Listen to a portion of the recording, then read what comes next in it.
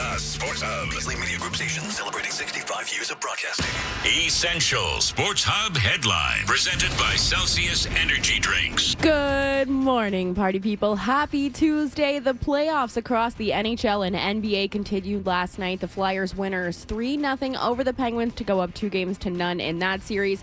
Hurricanes overtime winners against the Senators last night 3-2 to also take a 2-0 series lead. The Stars tied their series 1-1 against the Minnesota Wild with a 4-2 win, and Edmonton takes a 1-0 series lead against Anaheim after a 4-3 victory in the late window. Tonight we will get some game twos between Montreal and Tampa Bay, LA and Colorado, Utah and Vegas, and of course your Bruins taking on the Buffalo Sabres at 7:30. Pre-game with RJ and Bob right here on the Sports Hub starting at 7. Over in the NBA, the Cavs took a 2-0 series lead over Toronto in their 115-105 victory. The Hawks upset the Knicks to tie that series 1-1 in a 107-106 victory, and the T-Wolves also tie their series against the Nuggets 119-114. Tonight we get game twos between the Rockets and Lakers, Spurs and Blazers, and your Celtics taking on the 76ers at 7. Coverage for this game begins at 6:30 with Granny and Max over on WROR, taking you through the pregame for tip-off at 7. In other news, in the NBA, Victor Wembanyama unanimously wins Defensive Player of the Year, the first unanimous vote in the awards history. And the Red Sox were Marathon Monday winners 8-6 over the Detroit Tigers. They will welcome the Yankees to Fenway this evening with a first pitch at 6:45. Connolly Early getting the start there. Sports Hub headlines were brought to you by Dr. Matthew Lopresti and Leonard Hair Transplant Associates, the hair doctor of Hardy, Tuga-Rask, and Charlie McAvoy. Call 1-800-GET-HAIR for your free consultation. You're listening to 98.5 The Sports Hub, Boston's home for sports. I'm Kendra Middleton, and your next update is at 6.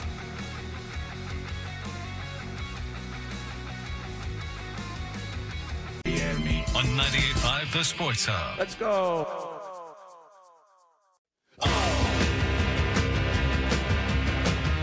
Game. Voilà qui zaburde.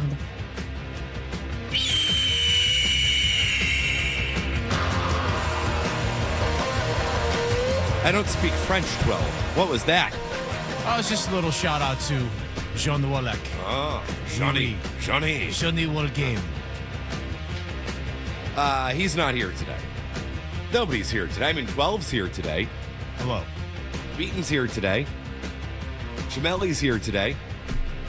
After that, fill-in crew, Matt McCarthy, Paul Perillo. Hi, Paul. How you doing? Matt, how are you?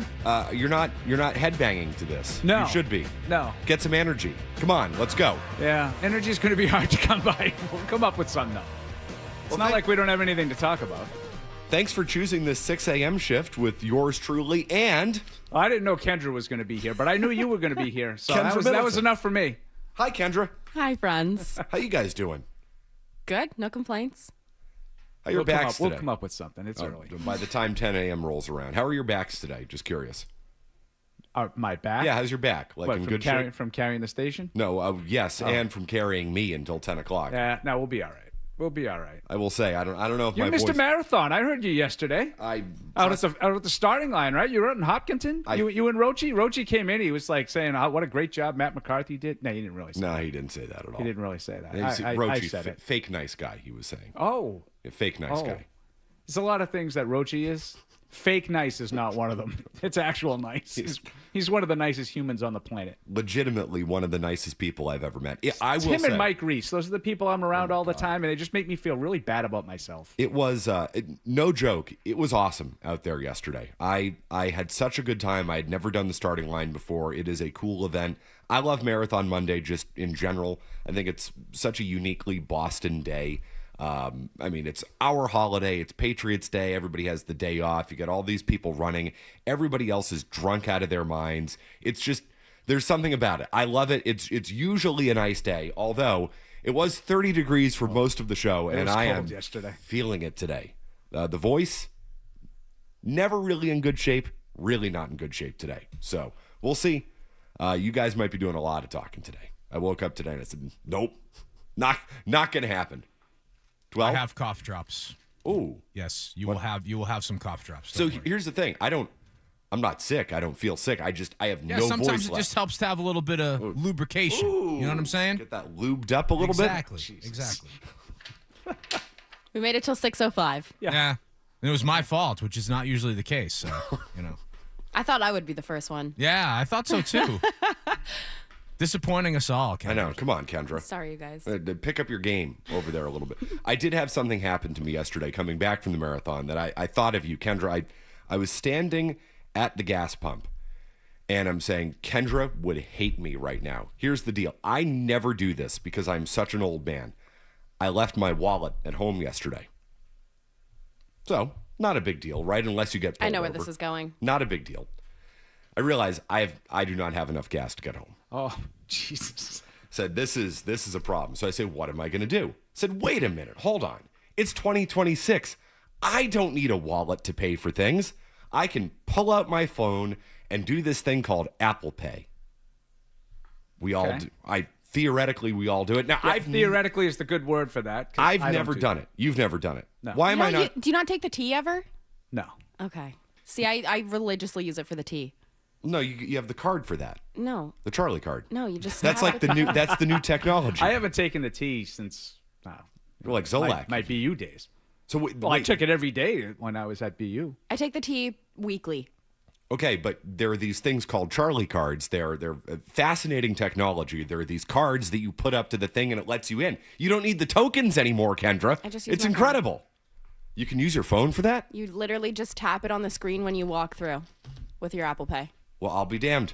Okay, so here's the thing. I said this must be easy. Yeah. So I pull out my phone. Now, I have my credit card memorized. I'm one of those weirdos. So that's what I would have tried to do. Could you punch it in? Well, I asked the guy, I said, can you punch it in? He's like, no, you can't punch it in. I said, well, why can't I punch it in? I said, okay, that's fine. I'm just going to download Apple Pay. This will be good. So I go back to my car, punch it in. There we go. The card comes up on the screen. It's very fancy. I'm like, ooh, that is my card. I said, well, this has to be easy. I must just tap the phone to the thing. It's like tapping your card.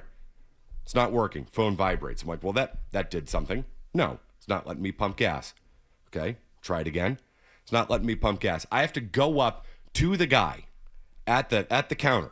Unless they have the little actual buttons on the gas pump, which some of them do, some of them don't. This one did not. Yeah. And I did not have any gas to get really pretty much anywhere else. So I go up to the guy and I said, listen, I am way too young to be asking this. How do I use Apple Pay? Can you explain this to me? And this kid, he must be like 25 years old. He's looking at me. He's like, yeah, dude, you just put it up to the thing. How serious is it? You are too young not to know how to do that. It was the most embarrassing. I'm 34 years old. I should be able to figure this out. And I was sitting there thinking of how Kendra would be so ashamed of me. Because Kendra and I have had these conversations before. I've tried to explain to her that you always carry cash. You never know who you're going to have to pay off. Oh, I never carry cash. I never carry cash. You have to. What if you have to slip somebody a 20 to get something done? That has never happened to me. Of course. How has that not What are you, a happened to mob you? What do you pay? Yes. What, you in dark alleys trying to find some ladies often or something? You have no idea when you might have to pay somebody off. I had 3 a.m. at Hartsfield-Jackson Airport. There are no rental cars. There was a ground stop, no rental cars. I slipped the lady $20. I walked away with the rental car. No problem, no questions asked. Everybody was like, how'd he get one? I'm like, well, he had a reservation. No, I just paid the lady off. Always carry a 20. People will never be offended with cash. A couple years ago, my car failed inspection. Did I take it to the next inspection station down the street, slip the guy a 20? He says, 20 more. I give him 20 more. That thing passes inspection. You bet. How long ago was this? Because I might be interested in that last part. How long ago did you do that with an inspection? A couple years ago. Oh, okay. It's hard to do that now. See, my car guys are fans of the Sports Hub, so I can help you out. I know a guy. Paul, just people, you would be surprised. I'm interested in the guy. I have friends, and they will know who you are when you go in, so they will help you out. See, here's the thing, Paul. Your car failed inspection because you didn't have cash. No. You slipped that guy a 20. I wasn't expecting any, labor issues and union problems I was running into. This guy's got to have cash. You never know when you need to tip somebody. What are we doing? It's like I treat my life like I might have to walk into the Copa at some point. Henry Hill. I was going to say, I have a confession. I always have a couple bucks on me because, when... I know that this is probably a no from you. Have you ever been to the dispensary and they pay you back the change in cash? Yeah. So you have to pull a couple extra dollars in cash because they have to charge you a flat fee. So I always have a couple dollars in cash, like $2-3, but I use that just to tip the guy who pumps my gas for me. You see, that's the most important. If you carry a little bit of cash, you never know how far that can get you in life. I'm telling you, Kendra, you see, you're coming around on this. There you go. That's my cash right there, Kendra. See? It's a lot of money. Nothing. I'm with you on this, McCarthy. I'm a cat, but I'm also old, so I need to have cash. I'm that's older just than what you. used to. I'm pretty sure. That's true, which is why I'm surprised that you're not a cash guy, Pro. No, I you figured don't we're need cash. the cash generation. Venmo generation. Well, I couldn't Venmo the guy, I have some Venmo issues too. But I can help you. no. Not that I don't know how to do it. Oh. My account got frozen because I got hacked. Oh. And I owe money. Well, they say I do. I don't. But they won't let me use Venmo until I pay my money. goodness. So that's a good story too. Maybe we'll get to that later. So apparently, it turns out, and it only took me about 10 minutes at the gas pump to figure this out yesterday. I almost texted you to ask you how this thing works. Apparently, when you put your Apple Pay, when you put your phone up to the card reader, you need to Double click. Face, yeah. What a concept. Now, the guy behind the counter really could have been nice and told me, by the way, you need to click your phone. I mean, he probably just assumed that I'd figure it out. It took me an embarrassingly long time to figure this out. You know Google's also free, right? Yeah, I did eventually Google it, and it said, I said, Apple Pay vibration not working, and then it told me to go into my settings and do stuff. I'm like, screw it, I'll just walk home. I don't care. And then eventually, my intuition, I said, figured out, I was like, I wonder if I have to do anything with the phone. Double click. Oh my God, amazing. It worked. What a concept. I might actually do that now, because I will say, now I don't have to pull out my wallet, put the card up, and there you go. Tap the. If I've got my phone out already, this might be kind of easy. I might be coming around on it. It did feel somewhat empowering to be able to use my phone to do that thing. It was nice. Do you have anything boomer that you do with your phone? Boomer? Yeah. You would probably argue that all the things that I do with my phone are boomer. No. Nah, I don't know. I don't think so. I feel like you're probably pretty technologically savvy. No, I am not. But I don't. I use the phone probably. I get probably like half of the capabilities out of the phone that normal young people would get. But I don't have any issues. You're definitely with it. better than McCarthy. I don't have any issues with it. Definitely better than McCarthy. Poor Kendra. I was thinking driving in today, Paul. I mean, I think you and I are probably more aligned in the way we encounter and interact with the world. Yeah, because you're kind of an old soul. Not even kind of. Yeah. So yeah, I mean, like, what do you like? The phone, like, I get them like boarding passes and stuff. Yeah. I don't print out. Okay, boarding yeah, passes. exactly. Yeah, that's all Does you that need. get me out of boomer status at least? I didn't think you were bit? boomer status anyway, Okay. but I think he's more boomer status than you. No, I'm kind of boomer, but yeah, I don't have any issues with the phone. I had to talk- although I've never used Apple Pay, so I guess that makes me boomer. I had to explain to my mom what a URL was the other day. Okay, so That's boomer. yeah, it's a little bit. My best friend's dad also doesn't know that people can see what he's liking online. Oh well, there are a lot of people, And like that has been a hot topipe of conversation more recently. We had a host here that had that problem years ago. That Hardy used to work with on the weekends, who was liking a lot of salacious material on Twitter and didn't realize. Oh, this is everybody could much see it. worse than that. who might that have been?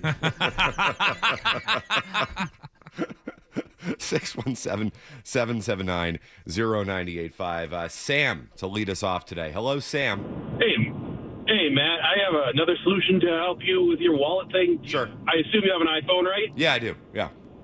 They make these things called MagSafe wallets. It's a magnet, and it's a little wallet that can attach to your phone. So you never have to worry about leaving your wallet at home. You see, here's the thing, though, Sam, and I appreciate you looking out for me because I'm such an old person.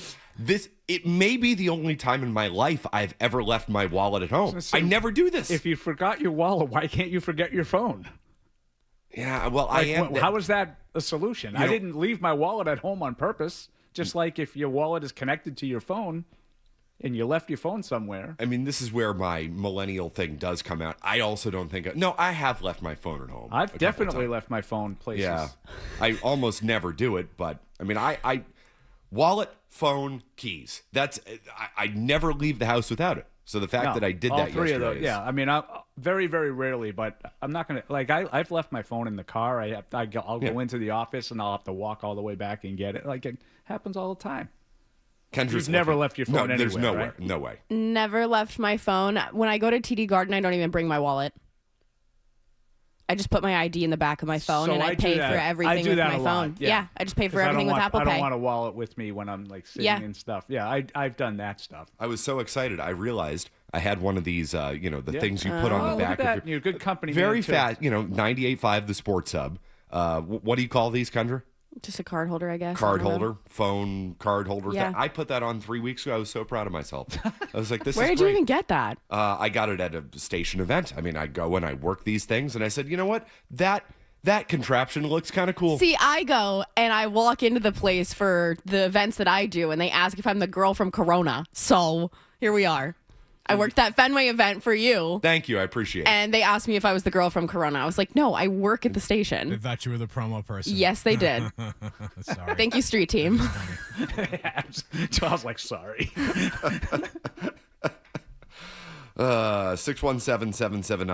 617-779-0985. What do we have coming up today? We'll get into the Red Sox from yesterday. Marathon Monday. They still stink. I know they won yesterday. They still stink. We get the Bruins tonight.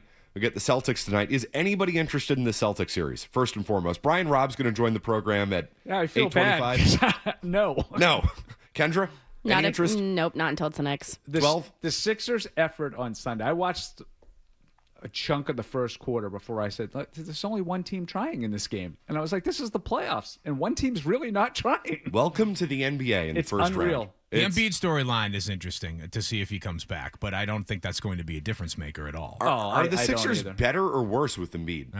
Well, There's- based on the first game, I'd say better. But before the series, I would have said this might be a blessing in disguise for them. But that effort on Sunday, They stand no chance in that this was series. abysmal. I mean, Andre Drummond's getting technicals in the first quarter over a goaltending call. It's like, what are we doing?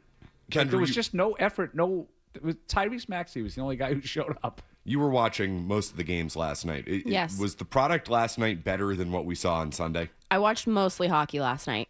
Okay. I'm far more That's- interested in the Stanley Cup playoffs than anything going on in basketball right now. The first round in the NBA, and there were some upsets last night, but generally is one of the worst watches in sports. It's non-competitive. Most of these series, I don't understand what the draw is. These series need to be 5 games, and they'll never do it. But that was a way better format back in the day. I mean, that's pretty much been 25 years since they had. Has it been that long? It's been a long time, man. Back when you used to need cash. But you carried cash. I in carried cash 2002. back in those days. Carry it now, I'll tell you. I'll get you places, Paul. I don't need any mafia tip-offs, though. Like You never know how far you pay can get this in this guy, world. pay that guy. When's the last time you paid a bouncer off, McCarthy? A bouncer? You think I'm going into nightclubs? That's the only time that I can think that I would ever need to pay somebody off. That's literally it, is trying to skip a line at a bar. Apply the same concept anywhere else in your life, though. You see, you're doing it to skip the line in the bar. I might do it to, again, get a rental car, get my inspection taken care of, whatever it is. People will never, ever, ever be offended with cash. I only carry cash abroad. You can't go up to somebody and say, hey, what's your Venmo? I want to pay you off. You can't do that. Try it sometime. I don't know. See how far it Whenever can I get. get my nails done or my hair cut, I just Venmo somebody. I've never really paid anyone off. Yeah, You me either. You obviously need to live a little bit, Paul. Get into some situations. Feel some danger. Anybody interested in Patriots tickets? Sure. Yeah.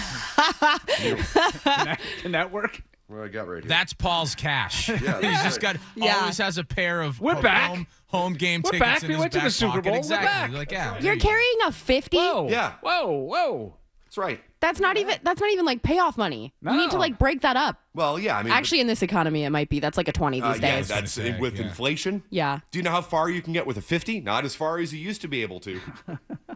617-779-0985 will continue. Matt McCarthy, Paul Perillo, Kendra Middleton. What happened last night? Well, we'll explain next. You're listening to Toucher and Hut.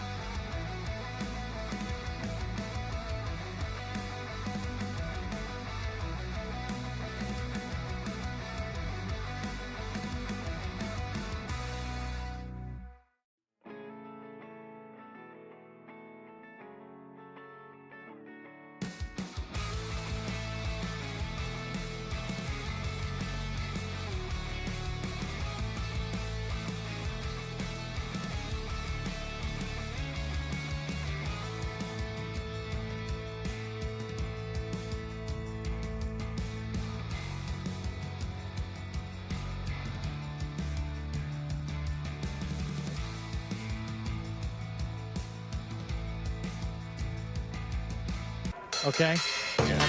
Dutcher and Hardy, mornings on the Sports Hub. Did you catch the game last night? Oh, I did. Believe it or not, I did. What happened last night brought to you by Leonard Hair Transplant Associates, where your hair doesn't have to be a game of what happened. So change your lettuce and change your life with Dr. Matthew Lepresti at 1-800-GET-HAIR. When I say I caught the game, I caught the Red Sox game. I did not stay up watching Stanley Cup playoff hockey like Kendra. Good games, though, last night, apparently. Great games. Real quick, what was the best game? Probably the Carolina-Ottawa game, but I'm very invested in the Stars-Wild game, so that was my main watch last night. Couple of upsets in the NBA, too, right? Yeah. Knicks got knocked off by Denver the Hawks. lost. Denver lost. Yeah. Denver blew a 19-point lead. It's not as big I a deal did not as see it- one play, Nope. but I did see the scroll. They blew a 19-point lead. Well, that's all the commentary I can offer on that game, but sounds interesting. I did, however, watch the Red Sox yesterday. Of course, Marathon Monday. That's the big thing. Finally, Roman Anthony delivering for this team. Swinging a line drive, base hit into center field. Red Sox have tied it. Narvaez ropping home after his theft of third, and it's a 3-3 game. Small ball Red Sox. Narvaez stealing third base. Roman Anthony with an RBI single to tie the game in the bottom of the sixth. This came after Sonny Gray had already left the game with a hamstring injury. More on that in second. So the Sox were down 3-2. They tied the game 3-3 in the sixth. Then in the seventh, they blew the game open. Cedon Rafaela with a pinch hit, 2 RBI single for Marcelo Meyer. Sox would eventually take an 8-3 lead. Things got interesting in the ninth, but they did hold on. Chapman's 0-2. Little ground ball. Story on a charge. Up and over. Got him. Nice pick. Red Sox win it by a final score of 8-6. First Red Sox win when the starter doesn't go 6 innings. The bullpen really had to pick up the Sox today. They split the series. Thank you for calling. Much appreciated. Yes, so the Red Sox pick up a series win. Got interesting in the ninth, 8-6, or a series split. It almost feels like a series win, given they did not play well at all against Detroit. I still do not feel good about this team, guys. They're not playing good baseball. They finally won a game where their starter did not go 6 innings, so that's noteworthy. The offense, exploded in the game a little bit yesterday, but I don't think there was anything sustainable I saw from them. Not unless the other team's pitcher's going to walk, whatever it was. I think Jack Flaherty had 6 walks in 3 innings.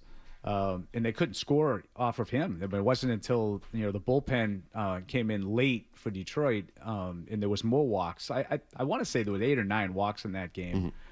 But you're right about Anthony. That to me is the big takeaway. Maybe that gets him going a little bit because they can't. It's Contreras and Abreu, and that's about it offensively. And they need those guys. It starts with Anthony. They need him to be a much bigger part of the lineup. They just can't hit. No, they can't. Did you also notice that they pinch hit for Jarren Duran in this game yesterday? Did you notice who they pinch hit with? Yes, Isaiah Kiner-Falefa. Now, I know it was a bunt situation, but yeah. Yeah, this didn't go so well. Will he bunt with 2 strikes? He will. And he gets that down foul, and he will strike out. Crowd doesn't like that very much.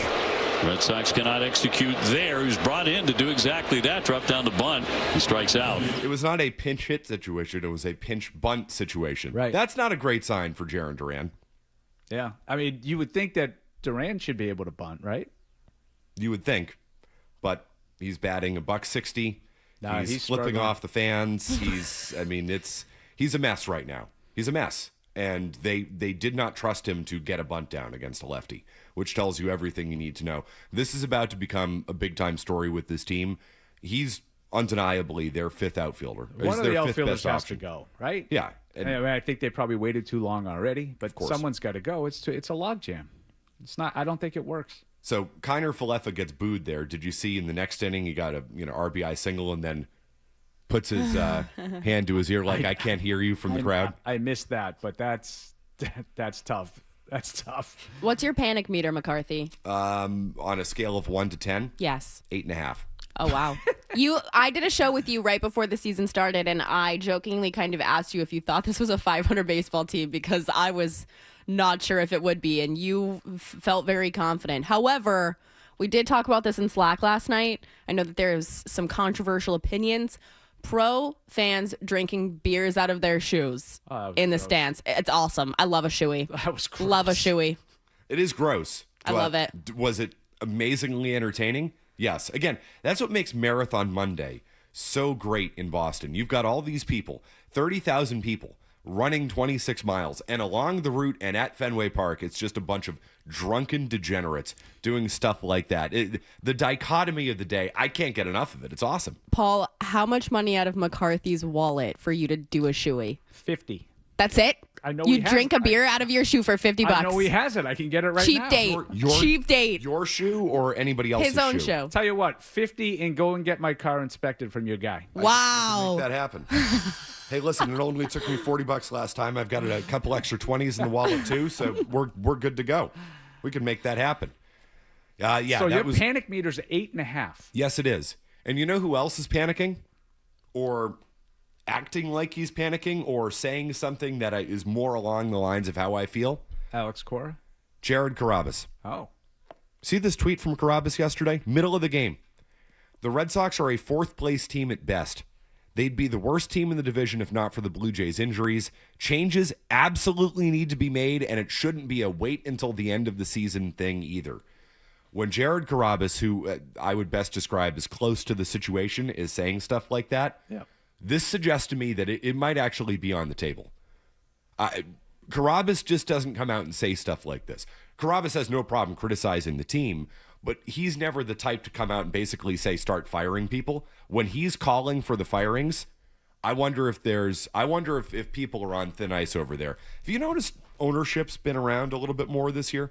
Or at least there's I think there's an idea, there's a thought developing among the fans that ownership has been more present.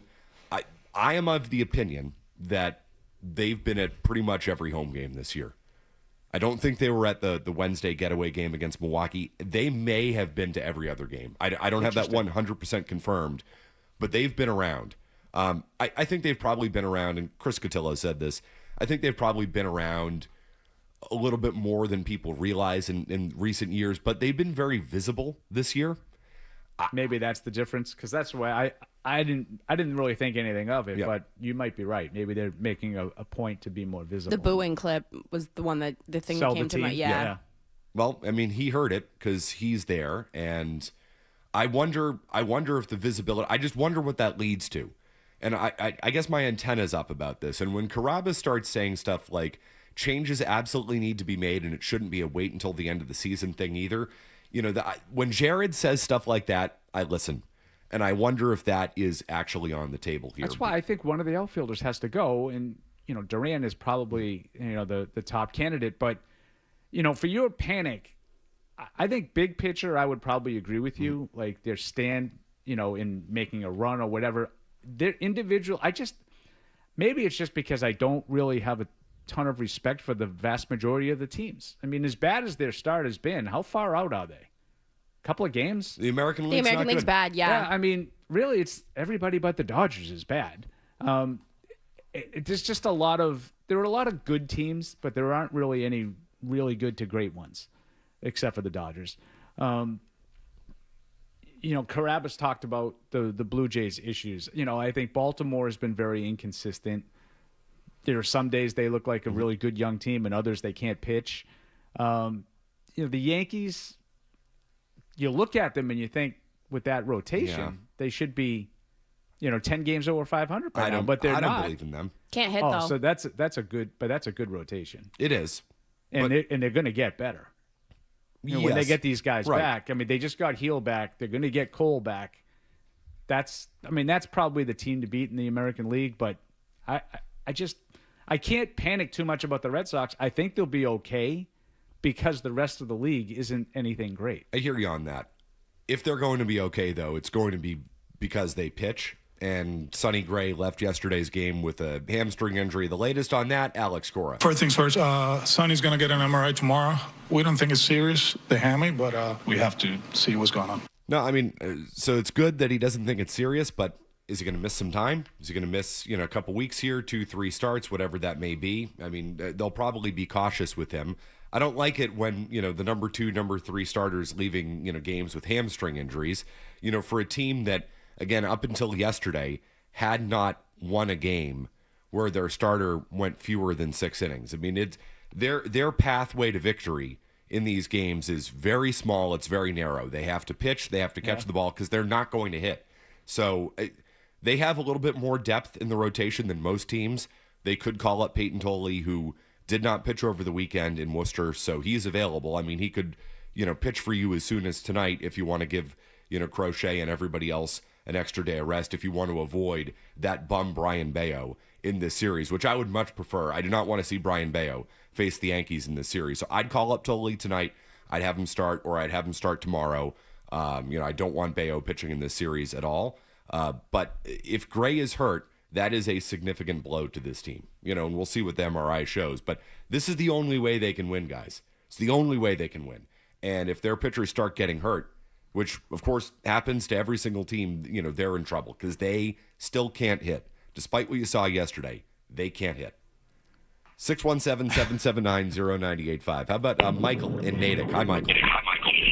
Hey, good morning, fellas. And Kendra. I had a theory on the A.J. Brown trade. The news being released when it was, a lot of people think it was to cover up the Vrabel story and just distract us from. But we haven't replaced Steph Diggs yet, and I don't think they plan on taking a receiver early in the draft starting Thursday.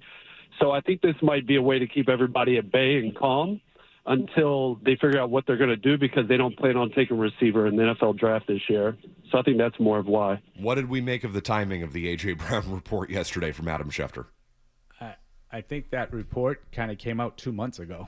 I don't really understand why that report got so much attention, because it's been pretty apparent that the Patriots are really the only team in on the A.J. Brown sweepstakes.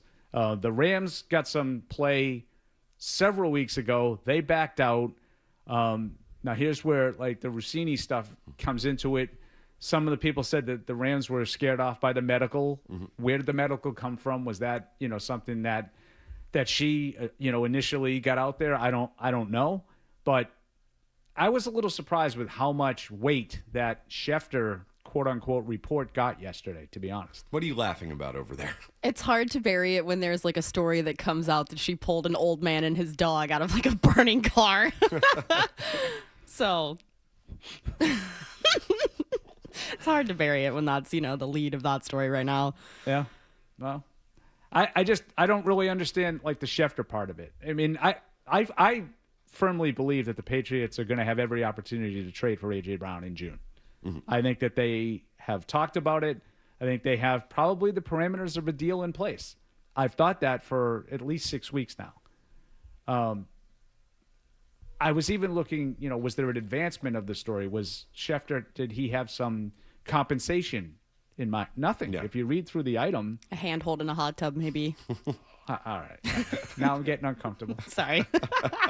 Paul, are you going to be asking Mike Vrabel whenever he speaks what the deal is with Diana Rossini? I will not be. I'll be sitting that one out. Yeah, absolutely. Listen, I mean, the story is what it is. And I would I know Kendra's having fun with it. I kind of agree with her. I think the story isn't really about what they're doing. It's the relationship and what it might mean journalistically. What kind of information is had. I don't know the answers to these questions, but that's why we've been trying to sort of stay quiet on it. One Patriot place for obvious reasons, but that to me is the only thing that I would care about is Diana Rossini reporting stuff strictly to help Mike Vrabel, and I mean I don't have any answers to those kinds of questions. I'll be curious to see if he speaks today.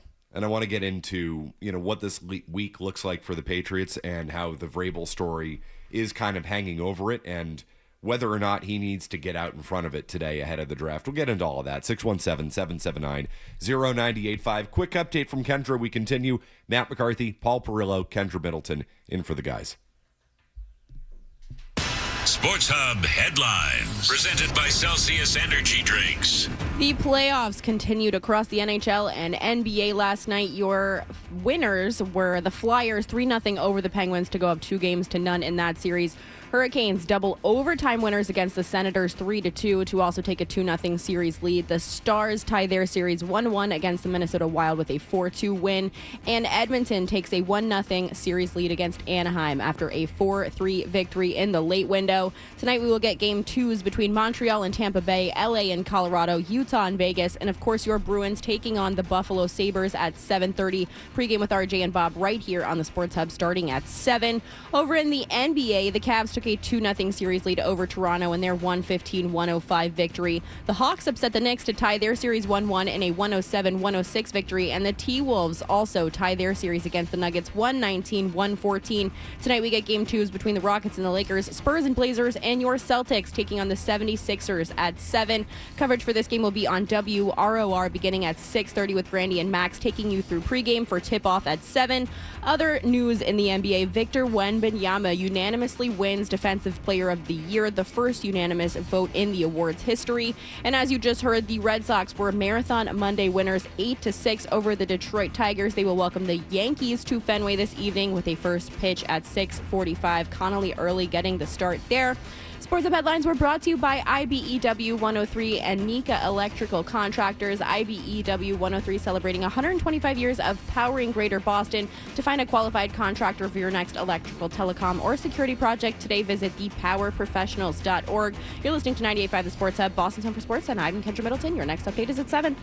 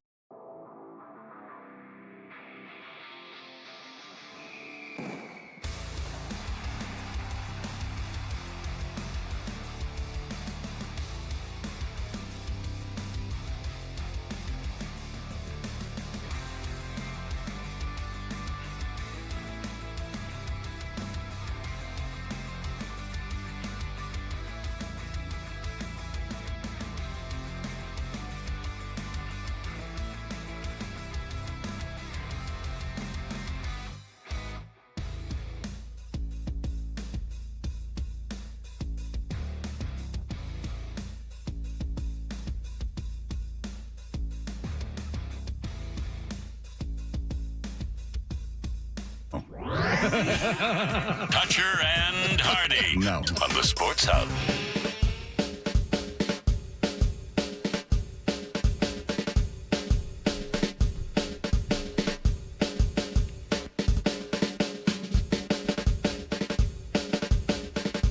All right, Toucher and Hardy, Matt McCarthy, Paul Perillo, Kendra Middleton in for the guys. Got room for you at 617-779-0985. OTAs, we got some off-season team activities. Yeah, those are coming up soon. Yeah. Early May. We have players speaking today. That's my understanding, right? We do have players speaking today. There are probably a couple of captains. But you mentioned the possibility of hearing from Mike Vrabel. I don't think it's on the docket. My latest schedule doesn't say that Mike will be available, but who knows? At some point he's going to talk, I would say this week, right? With the draft, the 3 days of the draft, I think we'll hear from Mike Vrabel at some point this week. You think he should get out there today and speak now? I mean, if there are going to be a couple players speaking, and if it's going to be team captains, aren't those captains going to be asked about this situation? Yeah, one would think. I think we were talking about it last week. We were taping All Access, Mike Reese and I, and we just sort of throwing it around. And Mike actually thought, that the Tuesday today, made some sense for exactly that reason. Take the burden off your players, and also if you wait till the weekend with the draft, the draft is about the guys you pick. And you don't necessarily want another distraction hanging over that. I don't know what they're going to plan on doing. Hopefully, when I leave here today and we go in, we find out that maybe Mike is going to be available. Yeah, I mean, I think it makes sense for him to speak today. You don't want his press conference on Thursday or Friday, whatever that is, taking away from the kid who just got drafted. I know that players are going to be asked about this, but if Vrabel speaks first, it does take, as you said, some of that burden away from the captains. I mean, players are going to be asked about this. They should be asked about this because this is a football issue. I mean, I know a lot of people think it's not, but if there's a relationship with a reporter, what type of information does that reporter have about players? And if I'm a player, that would be my number one concern. Most importantly, Mike Vrabel needs to answer to his players, the guys in that locker room who, Oh, that's all he has to answer to, really. I mean, that's as long as he's okay, the players are okay with it. No one cares what we think. No, I get that, but there are going to be questions publicly. Kendra, right. I know you've had a lot of thoughts on this. I don't know if you've shared them on these airwaves, but yeah, I did on my show, just because it was kind of such a big, heavy topic surrounding like women in sports, and unfortunately, there's a lot of people who say that this doesn't influence how women interact in the sports world and in the sports workplace, but I think it does, and I think that a great example of this has been, Kay Adams had the Dexter Lawrence thing early, and now because Kay Adams had that scoop, the entirety of her quote tweets, her mentions, her comments, and everything are, oh, well, you must be, sleeping with somebody for information. So, yeah, it's not all of us. It's actually the majority of us are doing the job how we're supposed to do the job, but that's just going to be the assumption or the joke or whatever for the foreseeable future, and it doesn't make anything any easier, whether people want to hear that or not. That's just the reality of it. But I'm kind of in the camp of okay, I get why up here people want him to make a comment or make a statement because it's a story and it's something for us to keep talking about. With Diana, it's a journalistic integrity issue. And yes, there is journalistic integrity going on with all of these insiders, whether it's Rap Sheet, whether it's, Schefter, whether whoever it is, there is integrity lines there that are crossed consistently, just in different ways, right? And so I think it's I get why up here people want him to say something and why there's going to be questions, but the only people he really has to answer to are Kraft, the guys in the locker room, and his wife.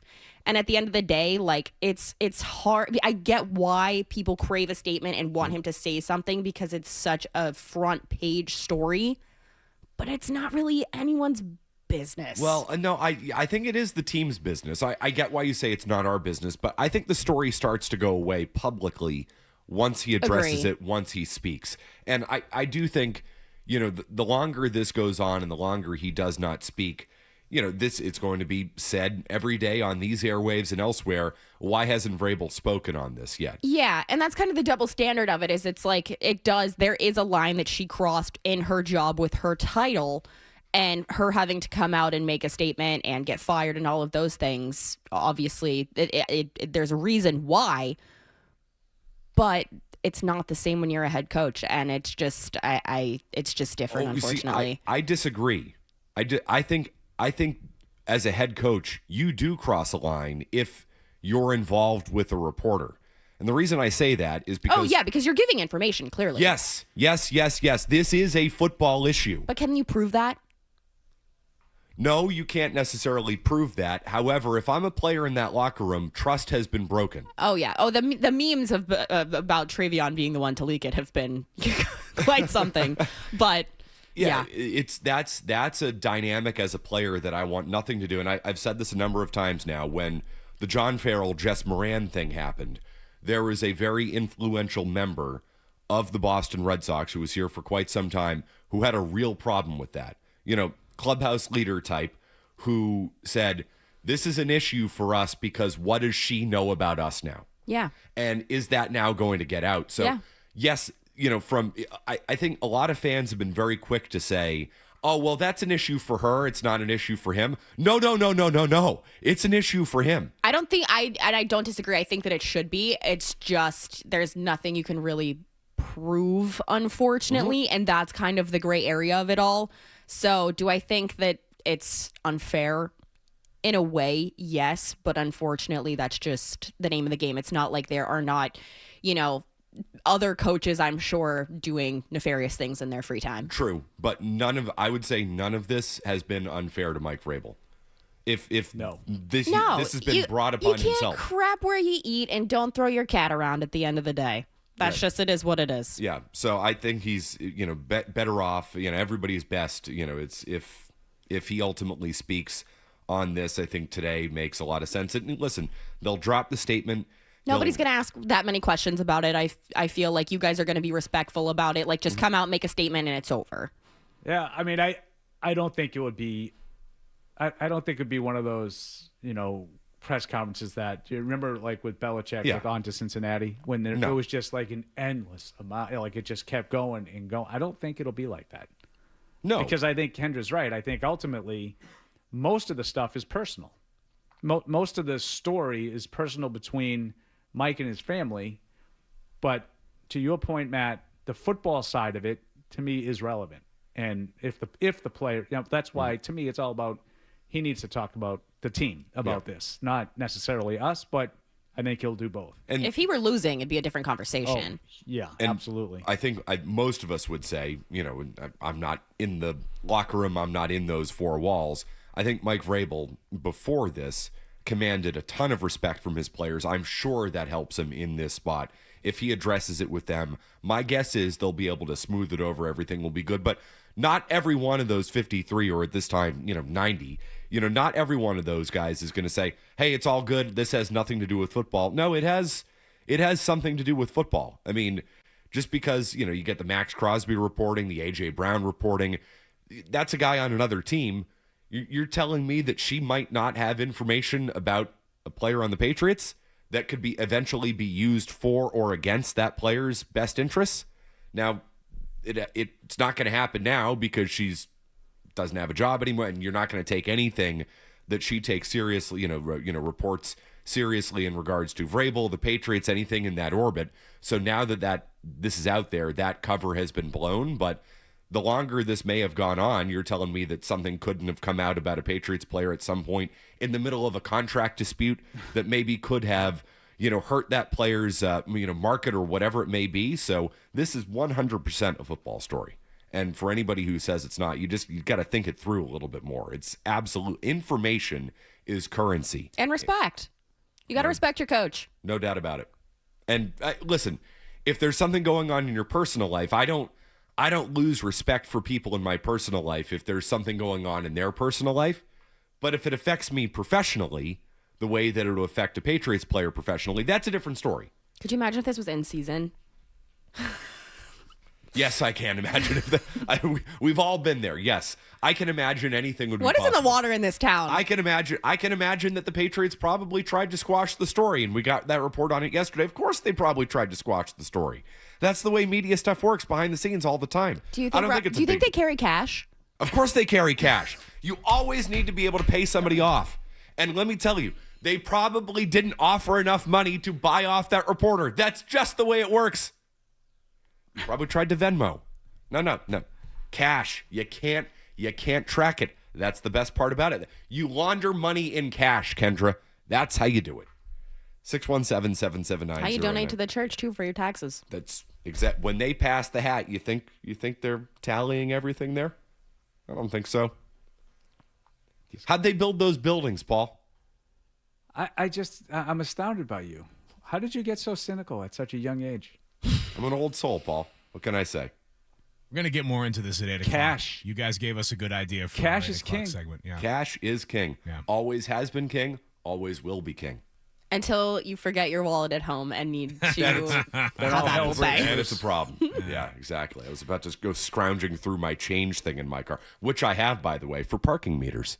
I have not had a parking meter work with change because I keep my change in my car as well, and I get gypped every single time. I went to do my taxes 2 weeks ago and tried to pay a meter with quarters. It would not take it. I had to use my credit card. It is a grift. Or one of the 18 parking apps that you need. Because if Yeah. you're in this town, you need this parking app. If you're in that town, you need that parking app. Again, just break out the quarters. Exactly. It's not that difficult. That's a boomer moment for me. Yeah. I have a hard time with parking meters nowadays. Yeah. You know, and you got to go to like the station and then you figure out which spot is yours. That's not for me. 617-779-0985. We'll continue. It's Toucher and Hardy.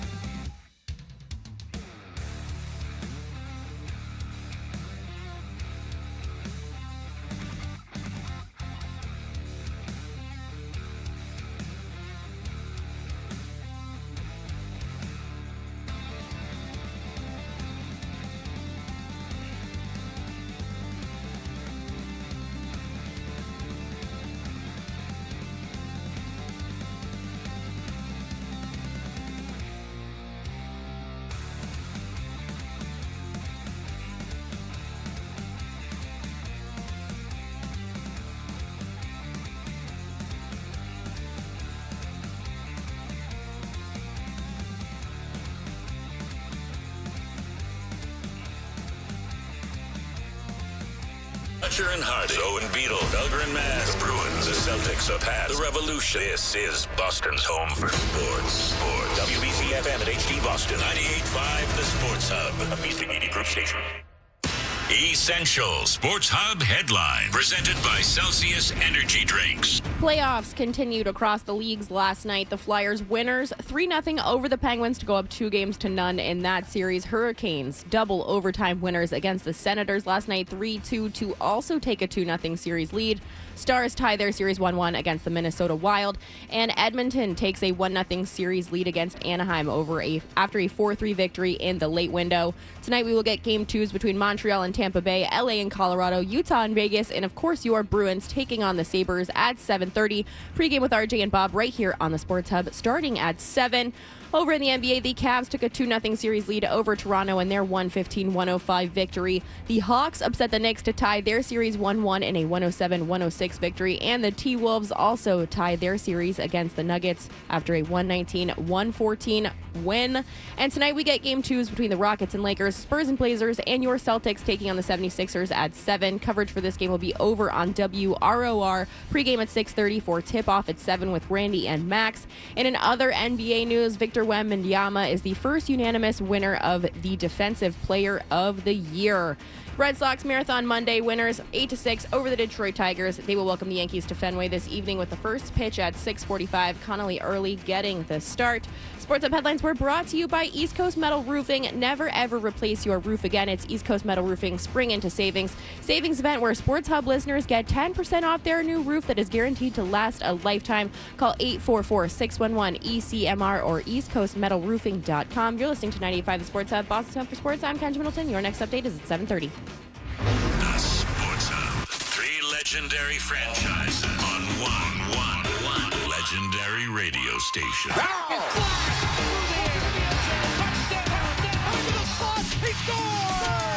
It's the Sports Hub.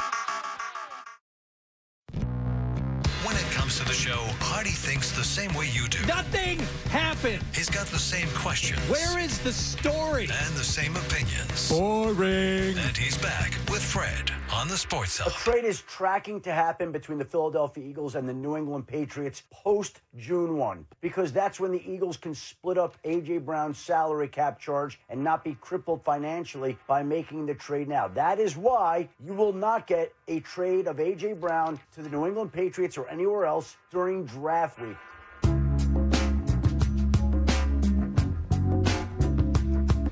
Breaking news sounder yesterday over that Adam Schefter tweet in the morning. 12 was. I never get to do that. Oh, for a serious thing. I probably hit it 18 times for, fakes. You did the Bill Belichick breaking news sounder. I was on the air with you. What was that for? When Bill got let go. Oh, I was on this show for that. That's right. You were wow, you in. dirty little liar. No, I just forgotten. I'm old. My memory's going. You're young. You have your full faculties. It's like I never get to do the breaking news sounder. The greatest coach right, in the history of the league got fired, and he did the breaking news sounder. Nothing ever happens when I'm never on. going to be on the show again. Well, I don't want to take that opportunity and that moment away from you yesterday, 12, but we were so excited in the morning. I mean, Rochi and I were in a good mood. We were at the marathon. It was wonderful. It was good feelings all around. We got to hit the breaking news sounder, and 24 hours later, I now say, what was the purpose of that breaking news sounder? I'm kind of with you, Paul. Like, Schefter reported something that we all kind of know, but didn't actually report it was going to happen. Although he did initially present it in stronger terms and then kind of walked it back. That's kind of what he does. 3 tweets later. Yeah. And like I said, I just felt like all signs have been pointing toward this trade happening in June, because I think there's a couple of reasons. I mean, the salary cap is the biggest reason for Philadelphia, but I also don't think they're overly interested in draft picks in this draft. It's not a good draft, so they say, right? Right. I think they want picks in the 27 draft. So if you have to wait till June 1st for cap reasons, obviously the draft is over for 26. I think they would rather have, say, a second-round pick in 27 than 31 in 26. I also think, too, that 31 probably isn't on the table. A first-round pick probably isn't on the table. If it were, they'd probably be more likely to take on the dead cap. And I know Schefter says they don't want to be financially crippled. There's no such thing as being financially crippled in the NFL at this point. Not if you want to spend the money. No, really. I agree. This is going to happen, though, right? I mean, I think we so. all think it's going to happen. Fairly noteworthy that the offseason program started in Philadelphia yesterday. Not surprising. A.J. Brown was not there. So, yeah, I would expect this to happen. Now, does another team get involved? Right now it's just sort of everybody is in agreement. It's just the Patriots. So does someone come in and say, well, what are they offering? We can beat that. Who knows? Is someone now no longer scared off by the medicals on A.J. Brown because that report came from Diana Rossini? I mean, things could change. You never know if things could change. I hate the narrative that this is a bad draft class just because this isn't a quarterback-heavy draft class. I think that that's when people throw out that it's weak is when there's not a ton of quarterbacks that are expected to go early. And I think that's true to an extent. I also think there's a lack of blue-chip prospects in this draft. There's by a lot of people. Dane Brugler, who I think is as respected as anybody, counts 2.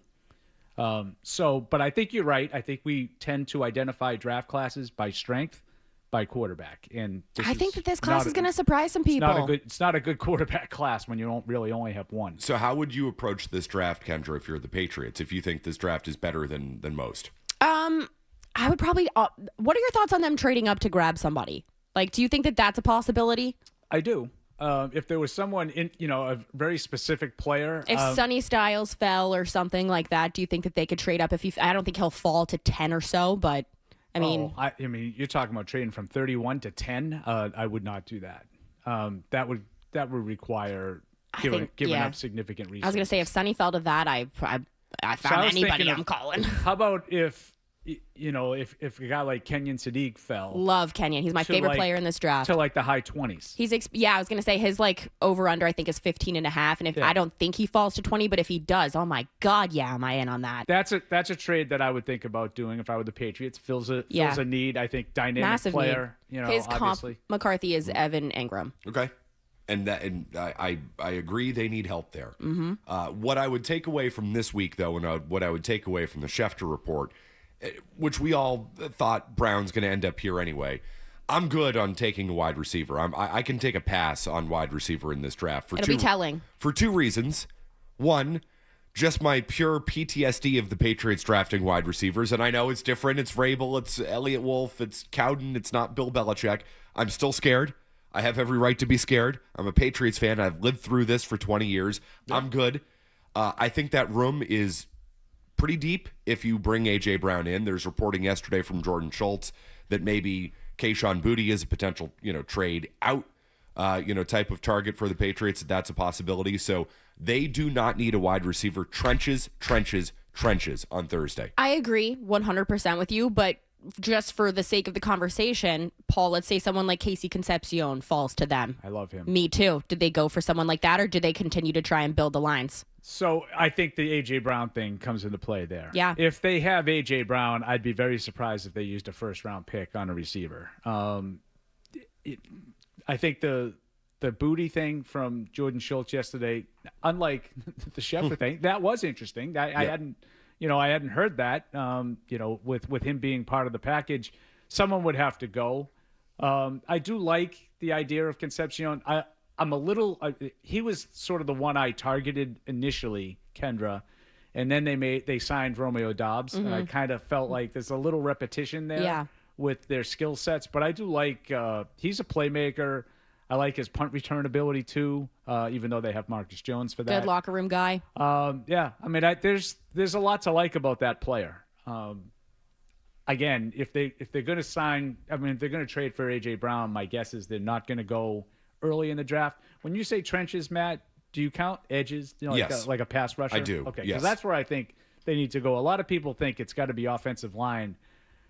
I think you have a starting 5 on the offensive line. I wouldn't be opposed if they took a tackle to replace Morgan Moses in 27, whatever, and compete with Will Campbell, give him some depth there. I wouldn't be opposed to that. But I think they have a need right now for pass rush help. Tight end, Kendra mentioned earlier. I think wide receiver at the top, depending on what happens with A.J. Brown. They do have some needs that I think, need to fill more urgently. Do you have a preference? Let's say that Falk and Howell are both sitting there, available at edge with their pick, do you have a preference between the two? Howell. Yeah. Yeah, I think he's more of a pure pass rusher. I'm not sure Falk. I mean, he's a good player too, but I'm not. I don't like him as much as.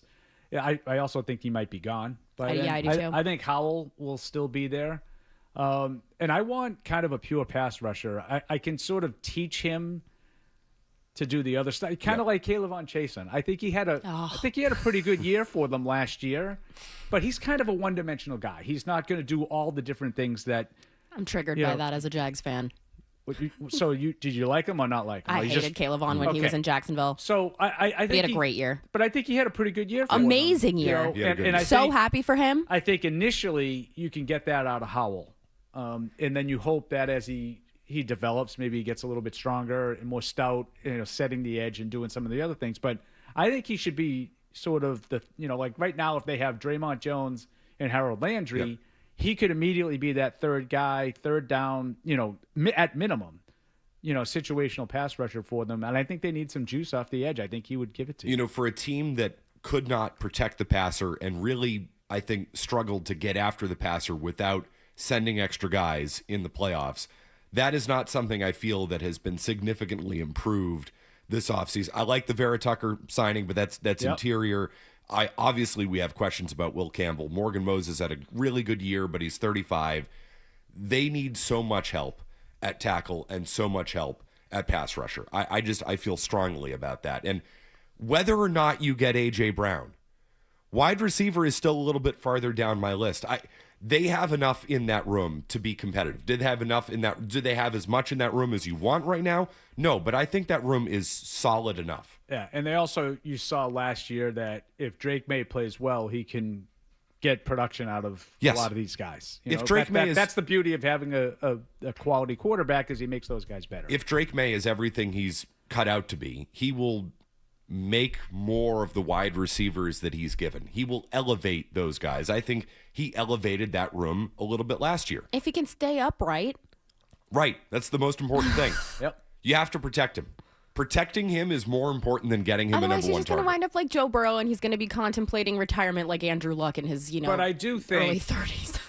And listen, there are question marks because you don't know, and Matt just you just uncovered a couple of them. Will you get 17 more quality games out of Morgan Moses? I don't know. Maybe not. Vera Tucker is, he's basically been a 50-50 proposition in his career. I think he's played 40, 43 Good out when he of plays. 85. He's terrific when he plays. If those two guys are in the lineup, Will Campbell was ostensibly healthier than he was in the playoffs. Jared Wilson moves from guard to center, which is more of his natural position. Your offensive line should be better than the group that finished the season, but that's on paper. And, we've seen a million times that that's not the way games are played. So if all those things work out, I think you have a good starting five on the offensive line. You need some depth. Do you think they're going to be better or worse this year? Overall? Yeah. I think they'll be a better team, but it might not show up in the because of the schedule. Yeah. I think teams will sort of adjust to, play them and figure out, one of the things that stood out to me last year was the just insane production they had throwing the ball down the field. Mm-hmm. I don't know that you can rely on that kind of production again. If you get A.J. Brown, but that he's helps, completing right? an unbelievable amount of deep balls last year. It seemed like every time they threw one up down the sideline, it was complete. And a lot of those were to Booty. Yeah. And now there's talk about trading him. What did you make of that report? You said you found it interesting. Would you move on from Booty? I'm not opposed to moving on from Booty, but I don't want to just give him away. And it's funny, he's a guy, at this time last year, he was on the trade block as well. There was a lot of these the thing that Adam Schefter put out yesterday with a whole bunch of draft intel, he was in one of those. He was one of the veterans that was thought to be available last year. So for whatever reason, they don't seem to love him, but all the guy does is produce when given an opportunity. Yeah, I don't really get that. I also think he's been a solid player for him for the last 2 seasons. He's really improved a lot. I think he has a good rapport and a good thing going with Drake May. I feel like Drake May trusts him. So I don't know if I'm rushing to I'm not get rushing him out of to the get room. rid of him. Now he is entering the last year of his contract. Maybe they're looking at it saying we just paid Dobbs. if we bring in A.J. Brown, we're going to have to pay him this year and next. We're not going to be able to re-sign him. And so maybe they're looking to get something for him. Do you think that report from Schultz is in any way tied into the reporting from Schefter, meaning Schefter, said what we all believe? Do you think they gave Schultz a piece of information? Does this indicate that Booty might be in the trade for A.J. Brown? Maybe Schultz gave them a coffee machine or something, and that's how he got. I don't know. I mean, I don't know if you guys saw the Ben Volen report last week about the stuff that we were talking about with these relationships and how they can be, they can be sketchy. He's one. His dad is like the CEO of Starbucks, and he's rumored or reported to have given away a lot of prizes.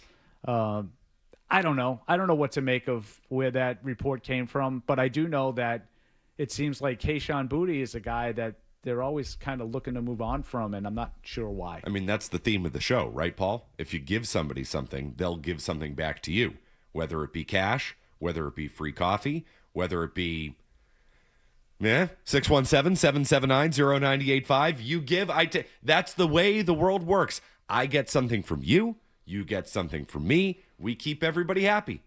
That's it. That's how it goes. That's what makes the world go round. Tim in Nashua. Hi, Tim. So, all three of you, can you please think, in my opinion, this has to be in a certain order when they draft of importance. Henry is at the point where, he cannot take that much of a beating anymore. I don't know if you noticed at the end of the season, he was put in position to make certain catches.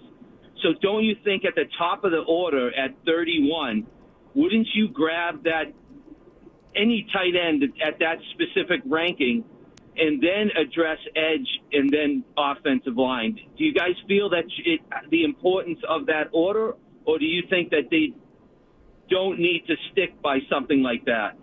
I will say it's a sneaky big need, tight end. I don't know where you rank it in your order, but I mean, to me, it's a top 3 need on this team. More important than wide receiver. I just think that the drop off between Stowers and Sadiq is rather significant. So and I don't think that Stowers will be there on day 2 for them with the pick that they have.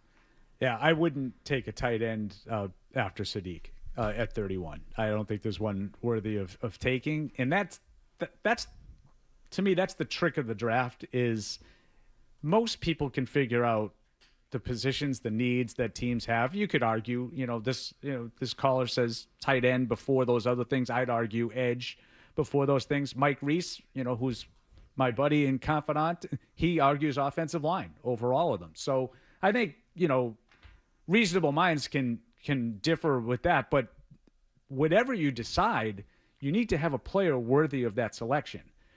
What worries me a little bit about edge and tackle, at these two spots is they're both pretty good in this draft. They're both pretty deep, but are you going to end up with a 7th or 8th best at 31? There's a good chance that if you're picking a tackle, maybe you get the kid from Arizona State, a Hanachor. He could be the 7th or 8th guy off the board. Same thing with edge rusher, and I'm sort of for Cassius Howell or someone like that. But you might have to adjust based on what's available. I know we got to go to break. So would you rather them draft, let's say they're in this position, for need or best player on the board? You always want to take the best player, but, there's a misnomer. Like the last 2 years, the Patriots have drafted strictly for need. And now I have no problem with Drake May. Anybody else? No problem issues with that one? No. I mean, it was an easy pick. He was not good. It was an easy pick. Yeah. It was an easy pick, but that's a need pick. And certainly last year they needed a left tackle who could start right away. Right. They took not just the tackle that they identified. There was the most NFL ready left tackle. They had Membo, right, who was there in that area, but he's a right tackle. You had some guys that were coming off injuries that. Josh Simmons from Ohio State, he wasn't necessarily going to be ready. A lot of questions. They took not only the tackle, they took the most NFL-ready left tackle on the board. Because they had to. That's And a in the neat end- pick. Sometimes they work out, sometimes they don't. But ideally, you want to be taking the best player. I mean, he's had a better season than Mason Graham, so Yes, but in the end, to your point, that would have been Paul, the other point, the other player that they could have taken at that slot. you might look back Yeah, on it you could 5 have years later. You could have taken Ted McMillan, and you wouldn't be worrying about A.J. Brown now. I mean, there were other things they could have done, but I mean, they needed a left tackle. Yeah, you might right? look back on it 5 years later and say, I can't believe they took a guard with the 4th overall pick, but they had to because, I mean, you couldn't go into the season with a second-year quarterback with truly no answer at left tackle. And that was a bad spot for them to be in. And people don't remember, too, Vidarian Lowe, who actually played 4 games when Campbell was out, and he played pretty well. Better than I thought. He wasn't healthy all offseason. Yeah. He got off to a very slow start. So not only, let's just say, they didn't take Campbell. Now it's Vidarian Lowe, who's not ready to go in training camp. He was kind of in and out. I think he might have even started on PUP, if I remember correctly. I don't know, these things blur. If you asked me who was on PUP in 2003, Matt, I could tell you. But you and me both. It's my sweet spot, Paul. So I think that I did what was best for the team at the time, and that was taking Will Campbell. If he ends up being a quality left tackle for the next 10 years, everybody will say, well, that was a great pick. We'll see. All right, we got Bruins game 2 tonight. We got to get to this. 617-779-0985. I don't know if I share your excitement, Kendra, based on the way things ended in game 1. But we'll get to that. We'll continue. It's Toucher and Hardy.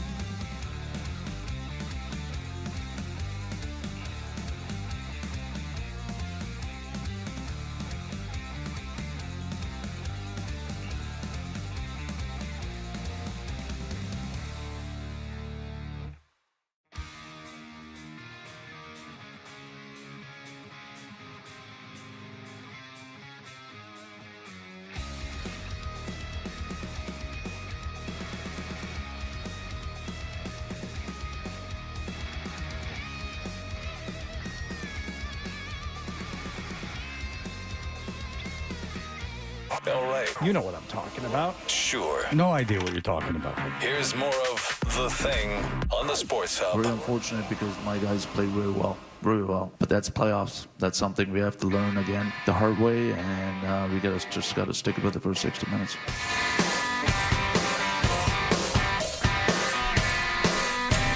Well, what the hell do you do now? You're Marco Sturm. Boston Bruins. What do you laugh? Forget that. You were You're on not the a air wings when guy. you said the thing about the chicken. Oh, I was? Yes. Well, yeah. Marco Sturm, not a wings guy. I'm not a wings guy. An insane What's take. wrong with you? I don't like chicken. Insane. It's not an insane take. Poultry is tasteless. Chicken is tasteless. Turkey is tasteless. It's not. That's not a crazy That's why you take. cover it in a sauce. Turkey, I agree. You don't like a turkey sandwich? Terrible. Terrible. I love a turkey sandwich. So you really don't like the turkey. It's all the stuff that you put on it. Correct. So to give it some taste. Yeah. I don't know, because I am one of those people where if I have 2 minutes in between doing something, I will have like a rat snack of a slice of turkey and a cheese and just roll it up. What are you, Bob Bronson? Over there in the kitchen shoving a turkey and cheese in your mouth? I will How's say, Bob got over there? 12. You got food? Yes. That's the thing about working in radio. Yes. Is you see the weirdest You crap. absolutely do. At 5 a.m. Uh-huh. I don't think there's any other business like it. This business in general, yes. I mean, the people that work in this business and populate this business are degenerates for the most part. Yes. So they, of course, get up to degenerate behavior. But then you focus in on doing this morning shift regularly. And it's been fascinating to me getting back into this. I did mornings early in my career. But to kind of get a tab on everybody's, like John Wallach and I, we do not eat at all in the morning. Fred and Hardy, Fred's eating full breakfast. Hardy's eating protein bars at 6:15 in the morning. Like, it's very interesting to see how different people have different kind of routines with their food in the morning. It's just everybody's trying to figure out a way to make these hours natural, and there's no way to do it. There's no way to do it. It's impossible. So you just got to make them your own. You're dead. You're taking literally years off your life. Yeah. Do you ever get used to it, 12? I did it for a short period of time earlier in my career, a couple of years. I think it's less about getting used to it, Paul, and it's more about just making peace with it. Like, and again, that kind of going back to my point, like you find a routine that makes sense for you, but you also have the flexibility to, if you've been doing something for 6 months and you still feel like crap, it's like, okay, well, I got to do it a different way. Like when I started doing this, I'm like, I can't take naps. I'm not a good napper. Like, if I nap during the day, I'm discombobulated for the rest of the day. And You got to commit. And it messes with my sleep at night. What time do you go to bed? I go to bed at 9. Like 9, and I'm up at like 4:30. So that's the part I couldn't do. Yeah. I couldn't go to bed at 9. It's also the worst for this particular side of the business, sports, because everything happens late at night. That's why I don't blame them for not doing a ton of sports.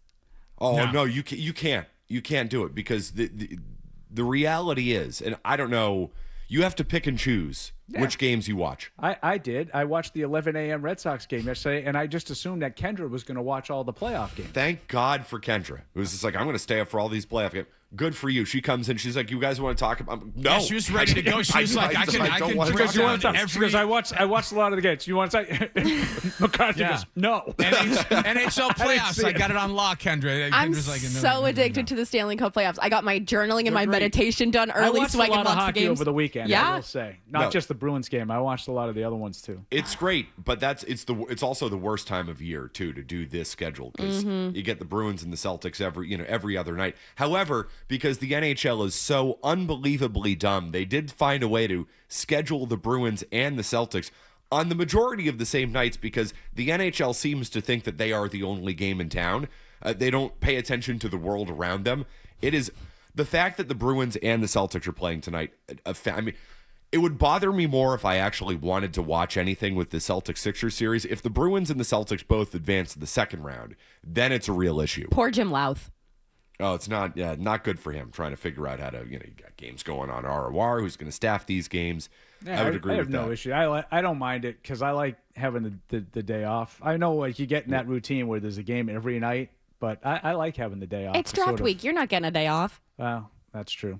That's true. I also don't know if we're going to have to worry. I only do about 15 hours of radio over the weekend. Yeah. Thursday, Friday, Saturday. Have fun with names. A lot of names. That's what I have Evan Lazar for. And best. Mike Dussault. They watch everybody. Like, they're so enthusiastic. You got to love them.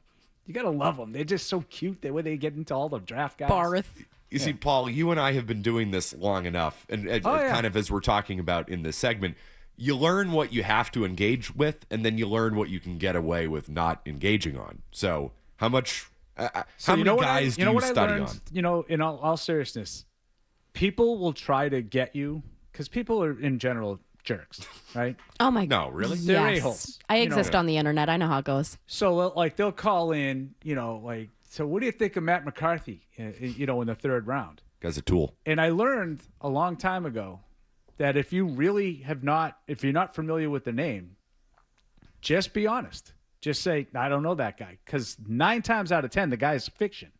They just make up a name.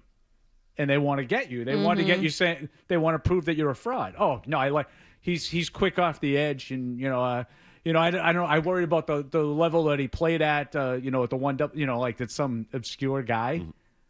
But they just make them up, and they want you to make a fool of yourself. So if I don't know the name, I have no problem saying, I'm not familiar with that guy. I mean, you guys just talked about it. Happens a lot. I mean, you did your little draft talk there. It was very that's nice. about the 7 names that I know. Yeah, I'm done. Good. I was like, these are names. I have no idea if they're real, no idea if they're not. I'll find out Thursday night when they draft them. Yeah, it's a little different at 31. Totally the last couple of years, being 3 and 4, it was much easier to sort of say, okay, these are the guys that are going to be available. This is what you're picking from.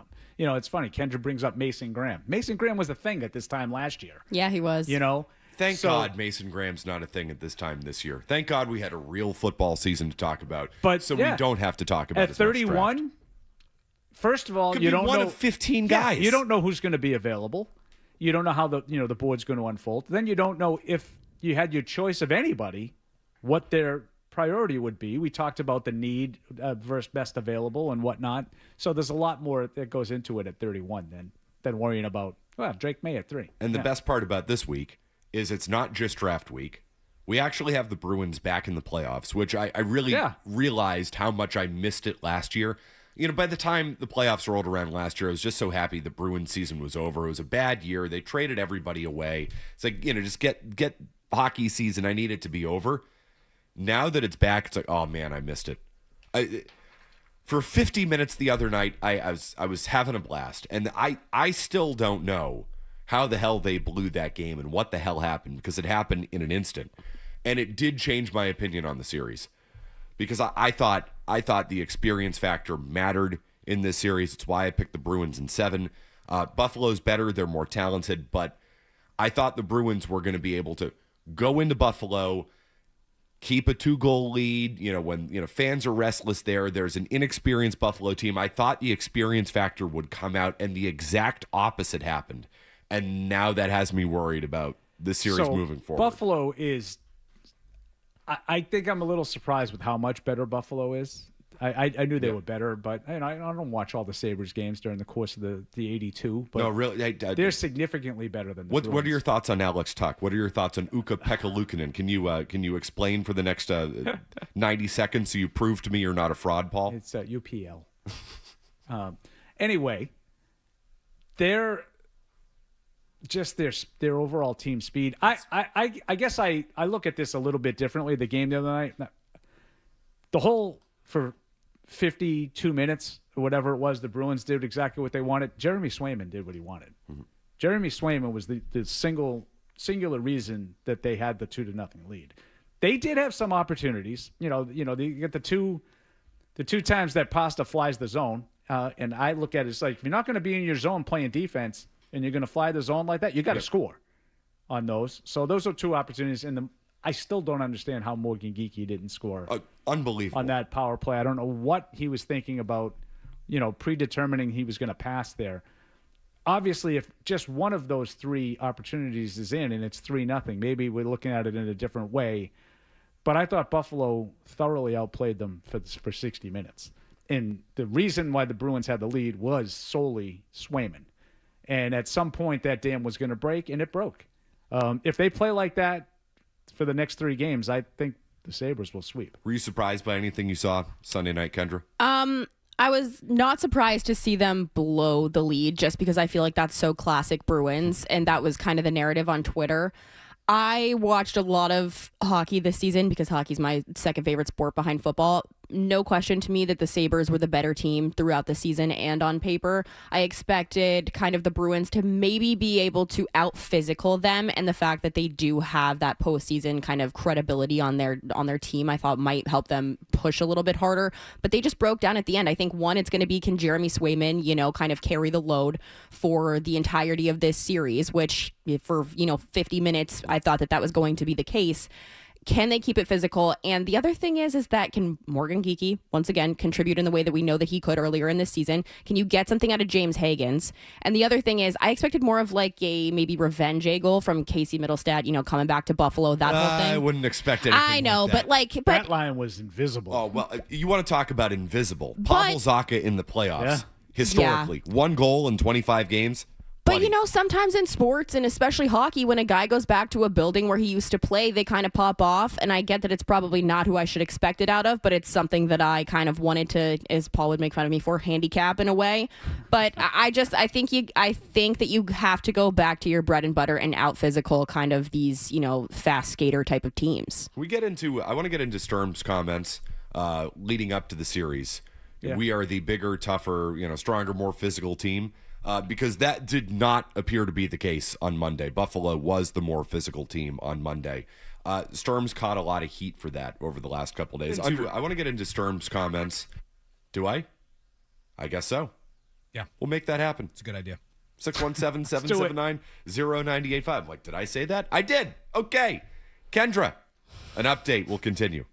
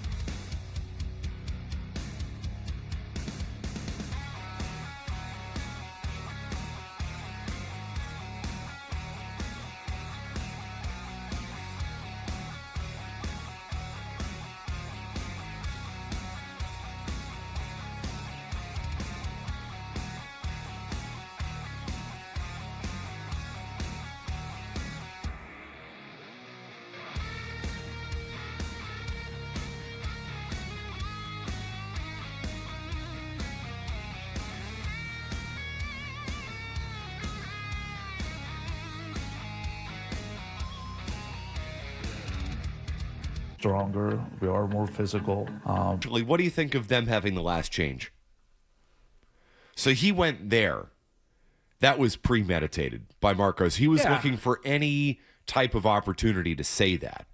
And it didn't work out in game one. I do think was it was a mistake. I do think it was intentional. No doubt. And I mean, you could make an argument that it worked in theory, but it didn't work in practice, because I think, much like a lot of other people have talked about, I think he wanted to sort of get that under the skin of the Sabres and have them play in a style that they shouldn't want to play. Right. To your point, faster. Matt, they did hit everything in sight the other night, and it didn't knock them off their game.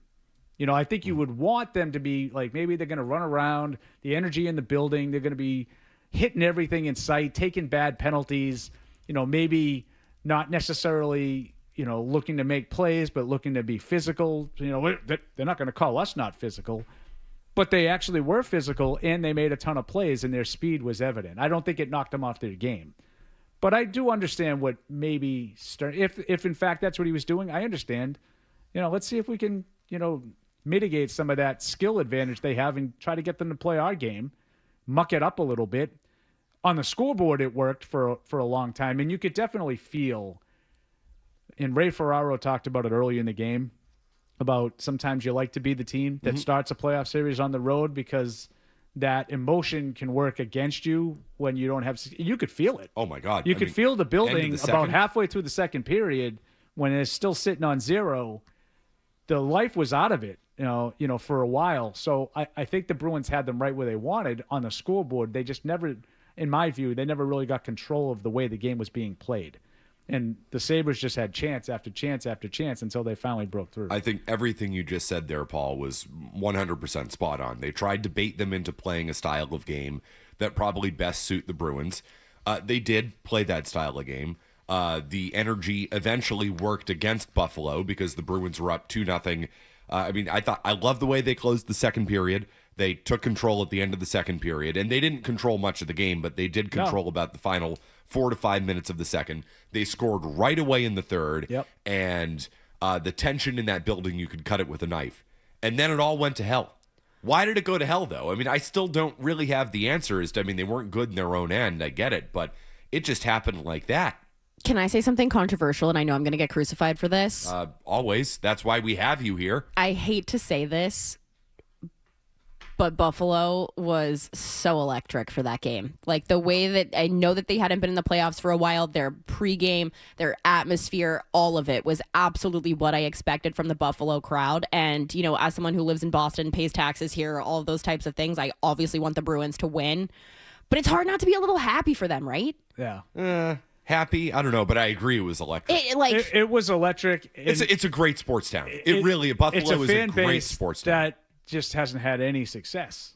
You know, I love my buddy Mike in Woburn, loves to torture the Bills fans, Sabres fans, and he's right. Like, they're just cursed, and you could feel it until the Bruins just couldn't close.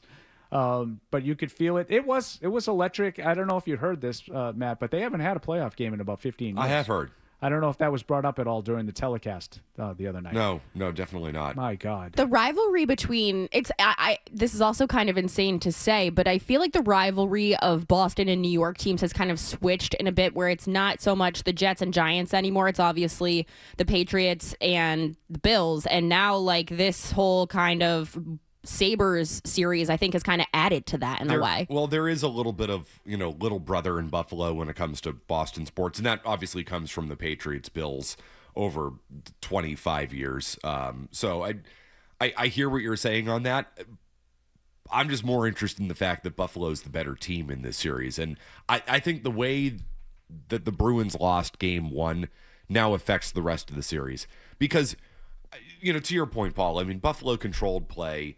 They are better, but if you had stolen game one, the amount of pressure that's on the Sabres for a relatively inexperienced club, with a game at home where there's going to be even more tension in game two if you potentially go back down, to Boston down 0-2, the way they lost that game changes the complexion of everything moving forward in the series. So I do think that you come out and you change that right around by winning tonight. You know, and if you can find a way to, I mean, I'm not saying it's going to be easy, but I do wonder, how does Buffalo respond? You know, they had, like Kendra said, a really emotional comeback. The place was absolutely electric the last 5 minutes of that game. Do you think you won the series now? Are you mature enough to handle it? We talked a lot about the experience. I was saying to you guys off air, I know everybody talks about the experience difference. I don't think the Bruins have great playoff experience. Like they have the core of playoff this experience, but the core that of this doesn't mean team it's doesn't have a ton of really good playoff experience, including the goalie. Well, I mean, it really seemed to help Charlie McAvoy, all the experience that he has in the playoffs, right? Oh, wait, no, he was just had a hideous turnover on the ultimate game-winning goal. I had a friend text me, you know, in the middle of the third period. He goes, God, I hate playoff Hampus Lindholm. You know, it's like he wasn't really directly. I mean, he had the play where his stick broke, you know, which was unfortunate. But it was really Peak and McAvoy on those two goals that really killed him. But, you know, for all the experience, again, the Bruins haven't really had – these players haven't had really deep playoff runs. You know, McAvoy and Pastrnak went to the finals in 19, but who else? I mentioned to you guys, for me, it was like the Corrali-Kastelik situation. That's kind of... Yeah. You know, like, I guess the Bruins have more. You guys are right. Mm-hmm. I don't think it's all that significant because, to Kendra's point, like, all due respect to Kastelik and Corrali, they're fourth liners. I think I overrated it entering the series, and that was my takeaway after game one. It's like the experience factor didn't matter at the end of that game because you were up 2-0 on the road with a chance to put it away, and you crumbled. So where was the experience in that? Because they did not play a calm, cool, poised, collected final 8 minutes of that hockey game. No. Like, Swayman got taken out essentially by his own man, you know, when Buffalo, you know, charged the net, and the game was completely different after that. I'm going to push back on you a little bit. I think that it's not that you underestimated the playoff experience. I think that it is you underestimated the mindset of the Boston-Buffalo little brother thing you mentioned, and that if you didn't watch a ton of Buffalo Sabres hockey this year, it's easy to underestimate them and just say same old Sabres without really taking into consideration how good of a year they had. And it's easy to feel fraudulent when you've always looked at them like that little brother. They are better than Boston. And to your point, Paul, they may be better than by the a lot. Yeah, I was surprised with with how much better they were, and I was looking at it like everybody else. You know, like they got off to a terrible start, and then it was like December 1st. I think since then they've been the best team in the NHL. Tage Thompson got such a push from the Olympics. I feel like he's a really good player. He's awesome. He was great. I mean, I watched him in college at UConn. He was a really good player there too. But that. I had sort of thought that was kind of like a bigger line that leaned on you, forechecked, but their ability to transition and get up and down the ice, yeah, I think their top three lines, their speed was evident throughout. Bruins can't keep up, that's for sure.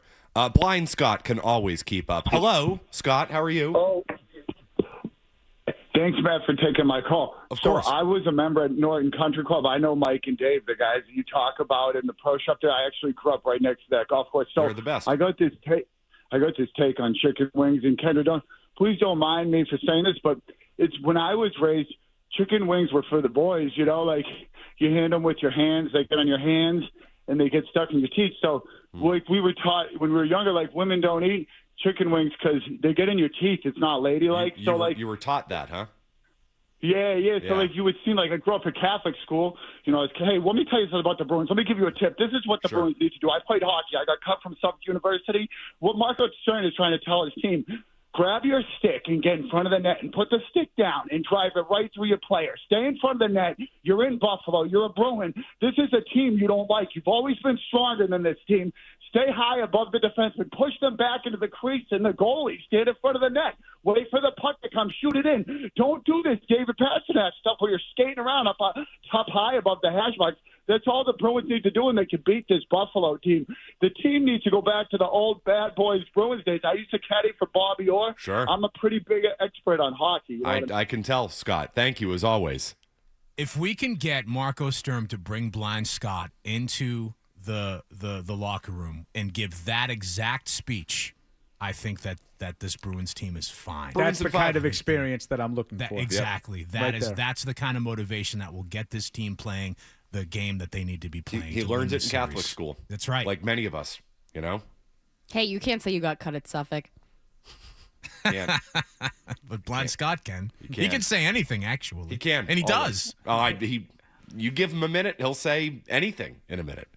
All right, we'll continue. 617-779-0985. 12 has a game for us. It was born out of a conversation earlier on in the program. Toucher and Hardy, McCarthy, Barillo, Kendra, in for the guys. You're listening to Toucher and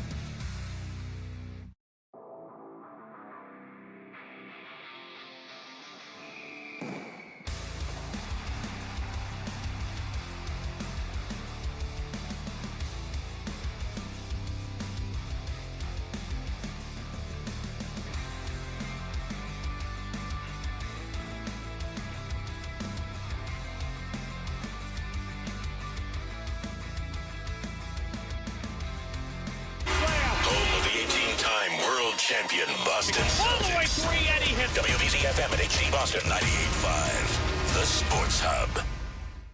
Essential Sports Hub headline presented by Celsius Energy Drinks. The Red Sox were Marathon Monday winners, finally 8-6 over the Detroit Tigers. They will welcome the Yankees to Fenway Park this evening with a first pitch at 6:45. Connolly Early going to get the start there. And the playoffs across the NHL and NBA continue. Tonight we will get game twos between Montreal and Tampa Bay, LA and Colorado, Utah and Vegas, and of course your Bruins taking on the Buffalo Sabres at 7:30. Pregame with RJ and Bob right here on the Sports Hub starting at 7. In the NBA tonight we get game twos between the Rockets and the Lakers, Spurs and Blazers, and your Celtics taking on the 76ers at 7. Coverage for this game begins at 6:30 with Randy and Max taking you through the pregame for tip-off at 7 over on WROR. Other news in the NBA, Victor Wembanyama unanimously wins Defensive Player of the Year, the first unanimous vote in the awards history. Sports Hub headlines were brought to you by Rodenheiser Home Services. Get your AC ready now. Rodenheiser's early season check-in is just $89. Schedule at rodenheiser.com today. Rodenheiser Home Services, nice people, great service since 1928. You're listening to 98.5 The Sports Hub, Boston's home for sports. I'm Kendra Middleton, and your next update is around 8:30. Listen to it, laugh at it, get mad at it, agree with it, argue about it. It is Boston Sports. Boston Sports. And it is all we do. 98.5 The Sports Hub. Oh boy, I guess it's time for more Toucher and Hardy on 98.5 The Sports Hub. My simple daddy, don't you know that things go in cycles? I mean, I guess, Jamelli, it's time for more Toucher and Hardy. With no Toucher, no Hardy, no Wallach. Adam 12 is here, though. Yes. Paul Perillo, Kendra Middleton, Matt McCarthy, and for the guys, what do we have, 12? Well, this morning's show started with a discussion about you, Matt McCarthy, and about your penchant for carrying cash. You always have to. Which I was surprised to hear that you were the only person among you and Paul and Kendra that still carries cash. In fact, Paul, you even took your wallet out and flashed I showed an you how empty little I wallet, have. which is very interesting. I have $3 from the dispensary. There you go. So Kendra's got a little bit of cash. Paul was like, it was like those old cartoons, the Warner Brothers cartoons back in the day where like the guy would open the wallet up and like the moths would fly out or something like that. No, Yeah. he's the statue to the deadbeat dad from The Simpsons where he takes it. I just don't have it.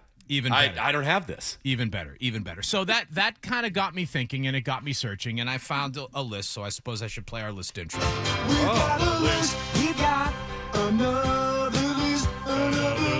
A list you can't resist. 'Cause we got lists and lists and lists.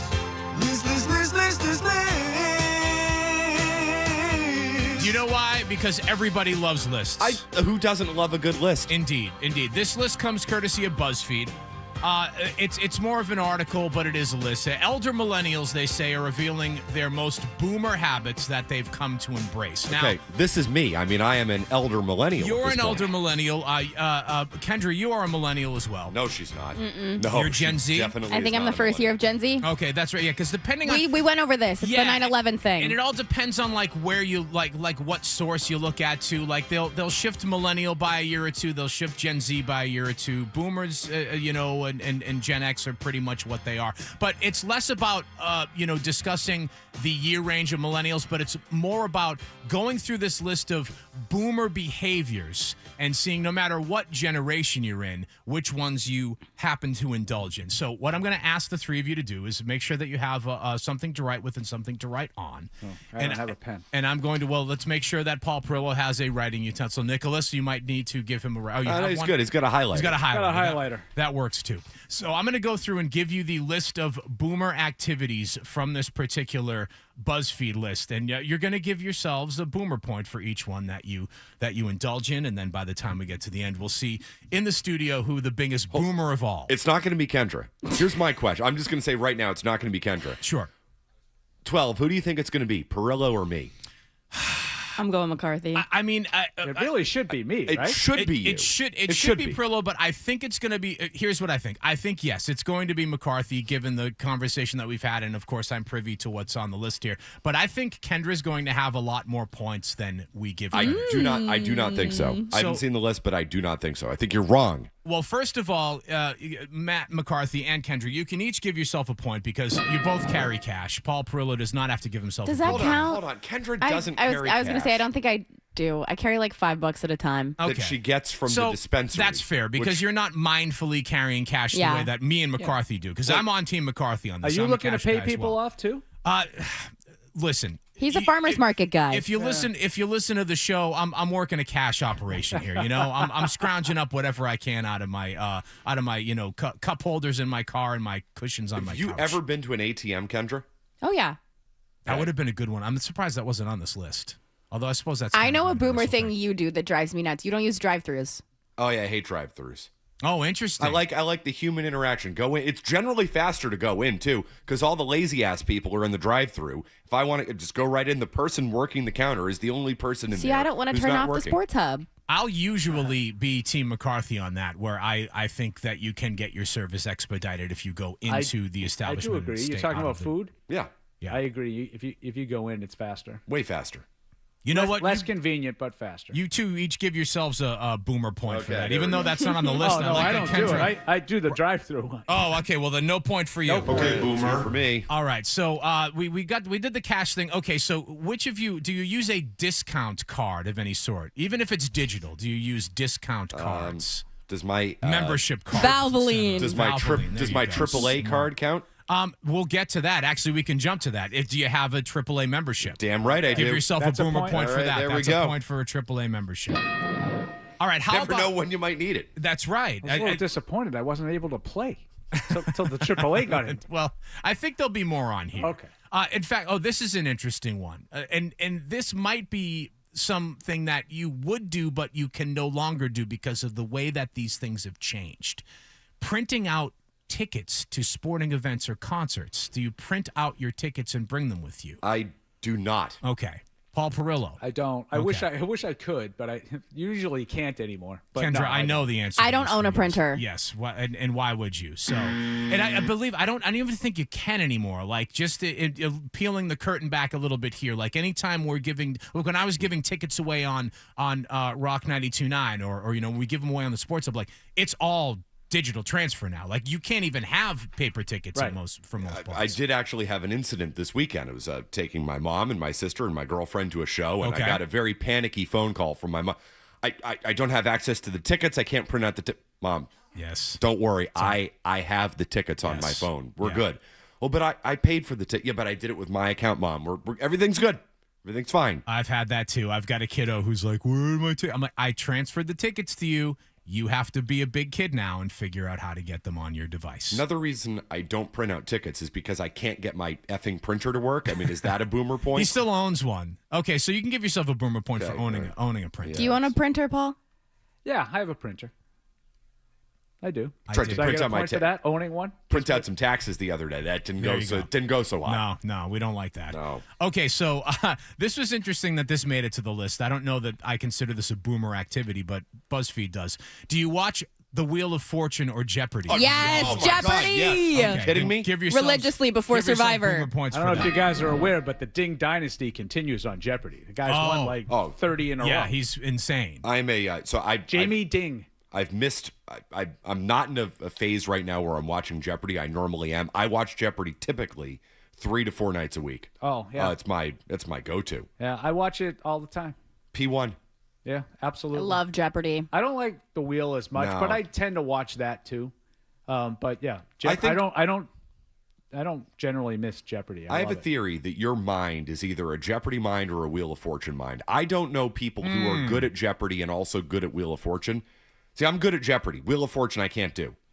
I haven't played or watched The Wheel of Fortune in a while, but I assume I would do well at it because I do play a lot of word games. I enjoy word games. So that's the way your mind works. Are you a Jeopardy guy? I haven't watched Jeopardy in a while, but I did historically do well because being on the radio, I have a lot of useless information in my mind. Now you're killing my theory. I'm sorry. Shut up. Let's move on.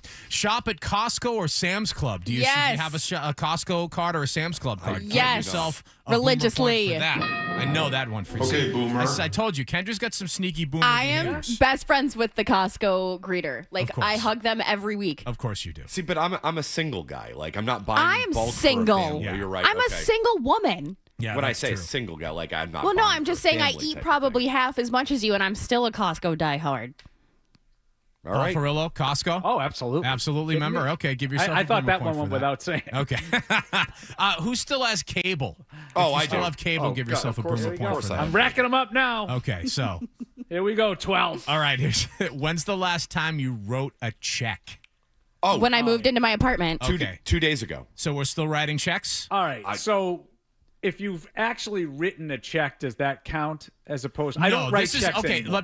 Thank you, Paul. Let me specify. Writing checks, like I write checks regularly. Like that's a thing that I still do, even though in some cases I could choose not to. I'm choosing to write checks because that I've gotten in that habit ingrained in my mind, and I don't want to change it. Yeah, I don't pay my bills by check Okay, anymore. so then you will not have a boomer point for this. But I did I paid my state taxes. Sure, And yeah, I sent a check in. that's a one-off thing. No. You sent Regular a check Why? You can pay them, and you can get the points on your credit card. See, putting her taxes on credit cards. It's nothing I can't pay You're off. not good for me. My No, wife doesn't it's want to hear literally that. nothing that I can't pay off. It's more so I just want the credit card That's actually points. brilliant. That's a smart idea. Like you get cash back for paying your taxes. Listen, I did try to figure out how to pay it online. Super easy. Not for whatever situation I had. I'm a It's trustee. really I'm a trustee on an account. I gotta manage some stuff. Oh, sure. So I had to write a number of checks in regards to that. Okay. But I still do have a legit bona fide reason to write checks. No, I'm keeping my JetBlue status, baby. Ain't no way. You're not gonna catch me slipping. Do you get the Sunday paper delivered to you? Are you a Sunday newspaper reader, the physical newspaper? No. I was for a long time, but I canceled it probably about 4 or 5 months ago. I need Wow. the crossword. 4 or 5 months You ago, held give out. yourself a point. Stay strong. Do I get a point? Fighting Give the yourself good a point fight. for that, Paul. I need to do the Sunday crossword physically. I gotta have it. I would agree, and I do miss it. Yeah. All right. Do you prefer a printed menu or a QR code? Printed menu. The former of those, then you will give yourself a boomer point. Don't give me a QR code. Yeah. I mean, I know that I understand why that has become the norm, but I find it to be irritating as well. Oh, it's extremely irritating. Just show me, laminate the menu. You can wipe it down when I'm done using it and give it to the next schmuck that comes through the door. I'm feeling better about holding my head up high at the boomer line now. Starting to rack them up. Okay, this one I think we know the answer to first. Well, maybe we don't. So do you use? All right. So when it comes to kind of going back to the cash thing, but setting the cash thing aside for you, Matt McCarthy, do you use a credit card more often than your phone?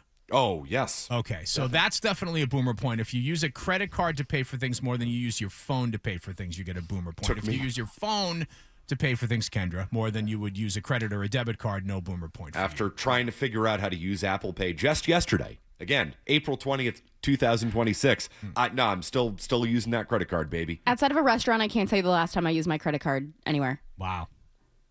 Always the phone. Pay your taxes. Yes. That's right. Well, I had Apple Pay set up already, so I didn't have to. I literally had Apple Pay set up. That's good.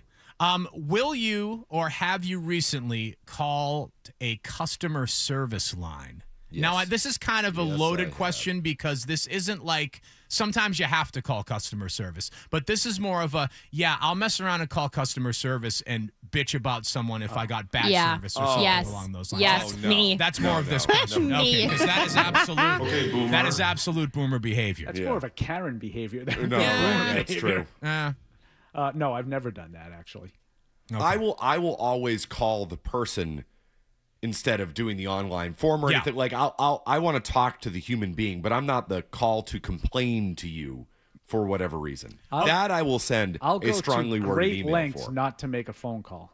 Okay, so this ties into this next question. Do you prefer texting to talking on the phone? Because if you prefer texting to talking on the phone, no boomer point. I'm a If you phone prefer- person. I want to talk on the phone. I don't want to text. So you prefer the phone, so you would get a boomer point for that.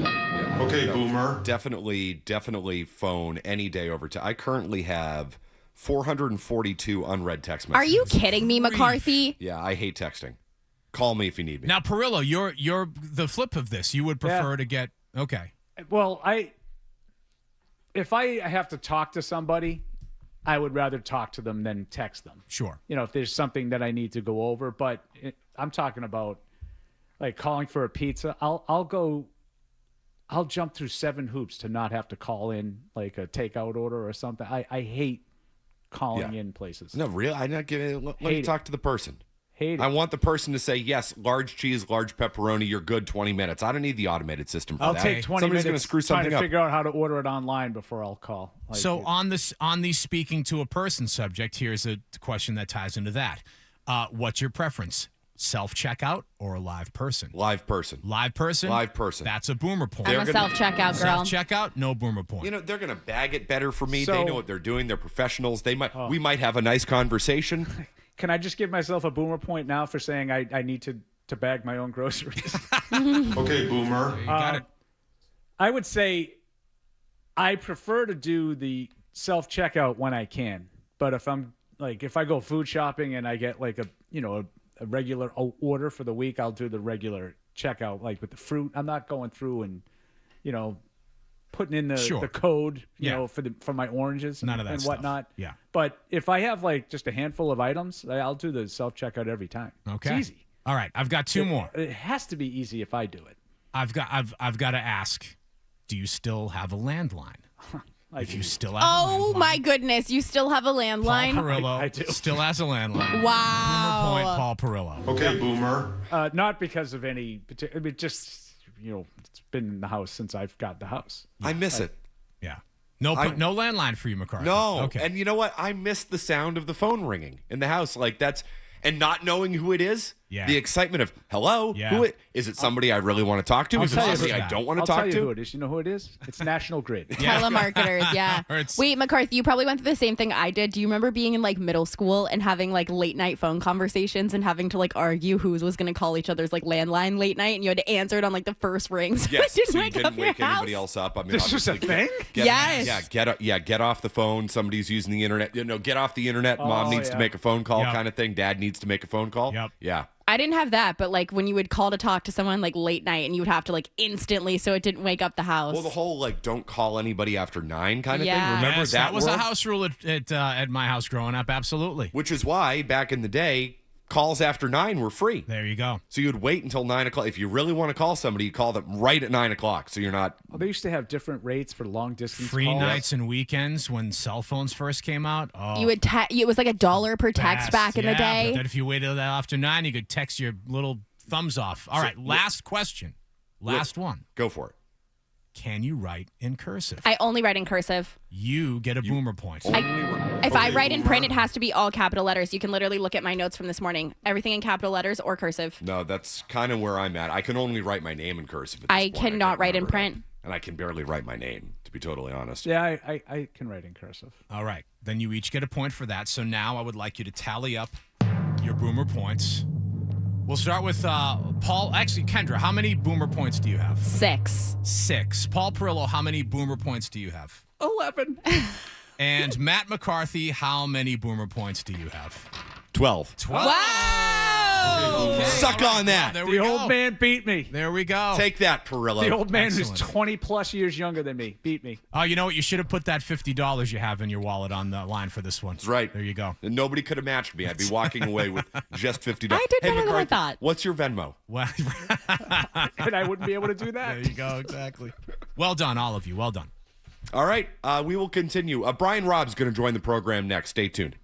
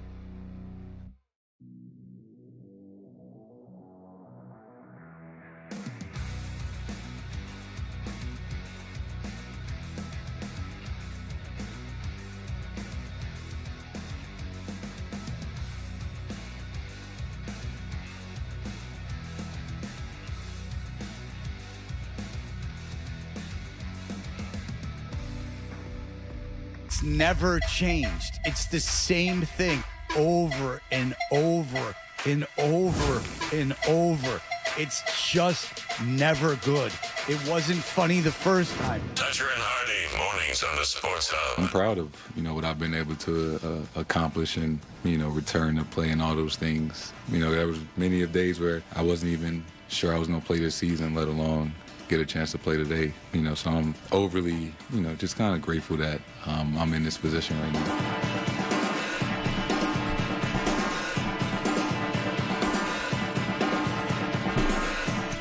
Jason Tatum, who was just outstanding on Sunday, and I don't think that's being too strong. He was excellent.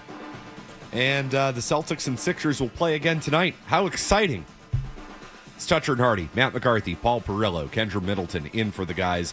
Brian Robb joining us. He's the Celtics beat reporter for Mass Live and a contributor here at 98.5 The Sports Hub. Of course, Sports Hub Celtics show on Saturdays. B-Rob, do we have to play the rest of this series? Is that required? I mean, Matt, there's been upsets everywhere across the league right now. You don't think the Sixers are going to come in here tonight and make some noise? No. No. No, I don't don't think so, B-Rob. I mean, in all seriousness, can they even win a game in this series? It's going to be tough.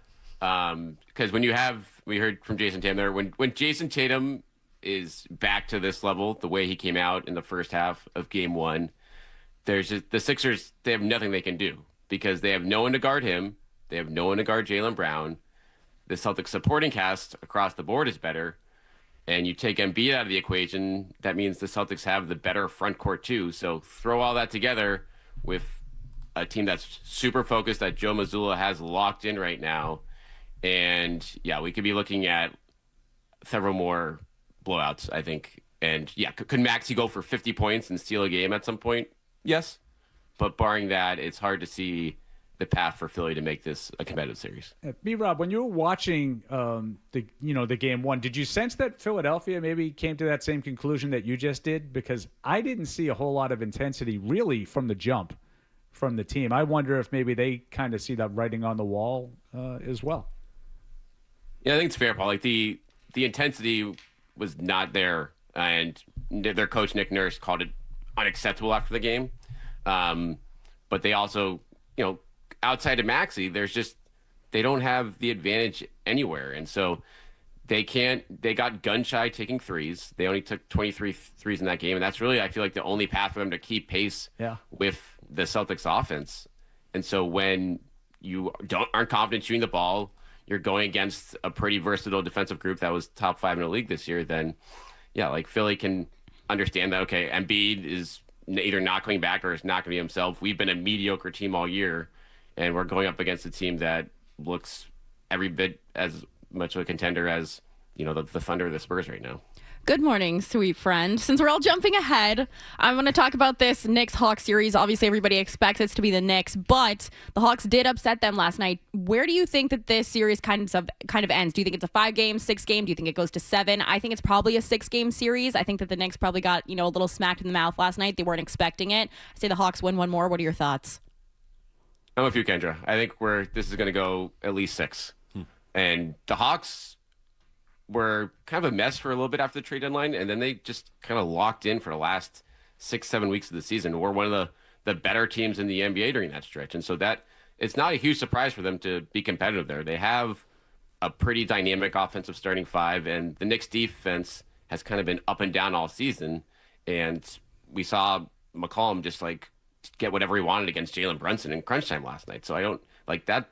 That should be there continuing as the series goes along. And so I think that's a pretty big deal for the Celtics chances going forward, because we've all seen in the past how much going long in a first round series or second round series can take a toll on you down the line. And so if the Knicks get beaten up a little bit here by the Hawks and have to go to 6 or even 7 games in this series, and the Celtics are waiting after having wrapped up this series in 4 or 5 games, that just bodes quite well for this team being able to take care of business in round 2, I feel like. That was going to be my follow-up. Is there no concern if it does wind up going 7 for them and the Celtics kind of having to sit around, maybe getting a little cold? No concern from you there?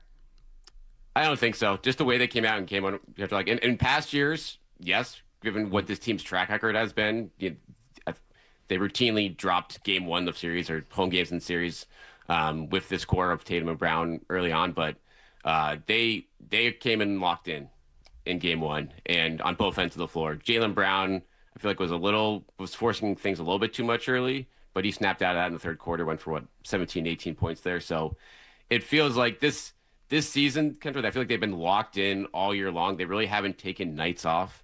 And so that looks like it's kind of carrying over to the postseason right now with this performance. So if anything, when you have guys that have who have a lot of miles on the tires now, and and obviously Tatum's still recuperating in progress here from that Achilles, I think just the extra time off is just going to be more of a net positive than a negative at this point. Would it be fair to say, B-Rod, that there might be a gap between the Celtics and the rest of the competition in the Eastern Conference?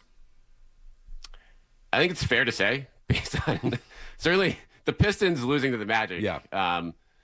Not that that's like a huge shock. Like the Magic have routinely over the years have just stolen one first round series matchup. But when you look at just like the talent of those teams, especially before the season, Matt, it's like a lot of people thought the Magic would be better than the Pistons from just on paper, from a talent standpoint. And you kind of saw in this game, okay, like, yeah, if the Magic guys do play to their capabilities, and then, yeah, what are the Pistons offense was always going to be a question mark outside of Cade Cunningham. And so they didn't really add anything to that team at the trade deadline outside of a bench guy and Kevin Huerter. So we're kind of seeing that come to fruition, I feel like, already in game one of the series. And it's just one game. But from a talent standpoint, you kind of see the gap there offensively from the Celtics and the Pistons. The Knicks, to a lesser degree, I mean, they're proven, at least offensively at this point. But you also look at their bench too, Matt, and it's like you have Mitchell Robinson there, and then it's just like a bunch of guards. And the Celtics have, I feel like, a lot more different ways they can play with all these young wings. Shireman, Jordan Walsh, you got obviously a very proven guy, and Peyton Pritchard. Vooch, we'll see like how he ends up looking, but he was at least solid in the glass and game one. You have alternatives there if you need it. So the Celtics are certainly the most versatile team out of that group, and there's a reason why they're the favorites to get to the finals right now. Do you have any intrigue on Orlando at all, B-Rob? They haven't had. I know they've been a disappointment all year. A lot of their guys haven't really played a lot together. It looks like they're all in now with Wagner and Banchero and Suggs. Bain's the only one out of that whole group that played every game. Do you worry at all about them and what they might be? One of those playoff teams that looks a lot different than they looked in the regular season. I don't think they're going to turn into the 2023 Miami Heat here, Paul. Like it's I guess that would be good. That would be right. I mean, there is a track record here to your point of teams of it kind of coming together at the end there.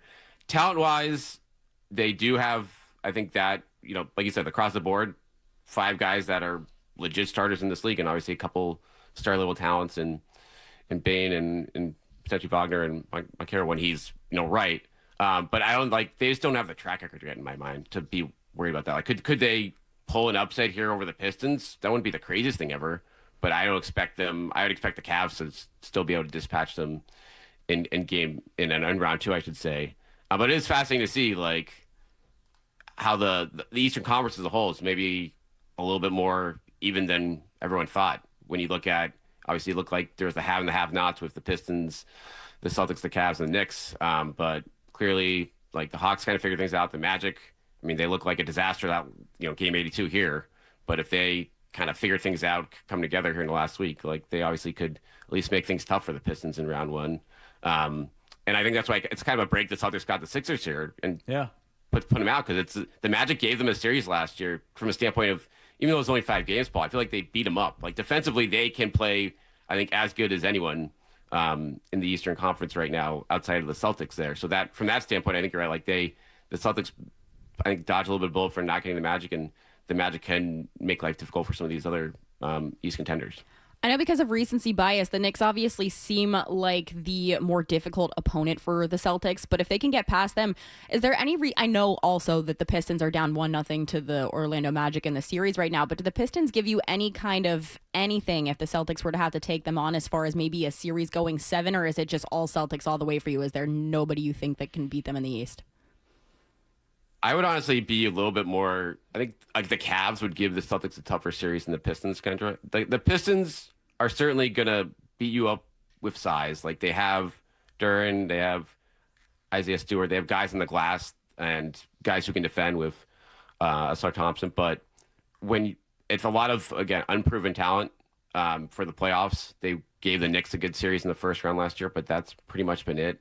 And I thought it's kind of a missed opportunity for them as I hit I felt like their GM, they are kind of content with we'll see what happens with this younger team, as opposed to being wow, this is an opportunity right now. We should gotten an extra, a true number 2 for Cade Cunningham, and then really be able to put up a challenge against the likes of the Celtics or the Knicks. So, but I'm not a huge believer in them. I think offensively they're going to kind of be exposed a little bit as the playoffs wear on here, and I mean we already saw some of that was in Game 1. We'll see if that continues. All right, let me frame it like this. Celtics are the field in the East. I'll take Celtics. Okay. Right now. Hold on, you waited. You paused. You paused there. They're gonna take your green team card away, B-Rob. What are you doing? I'm going to get shocked over here. No, Jesus, did the line drop? Is he still there? Hello? You look at these games. It was looking good. It all comes down to me for Tatum.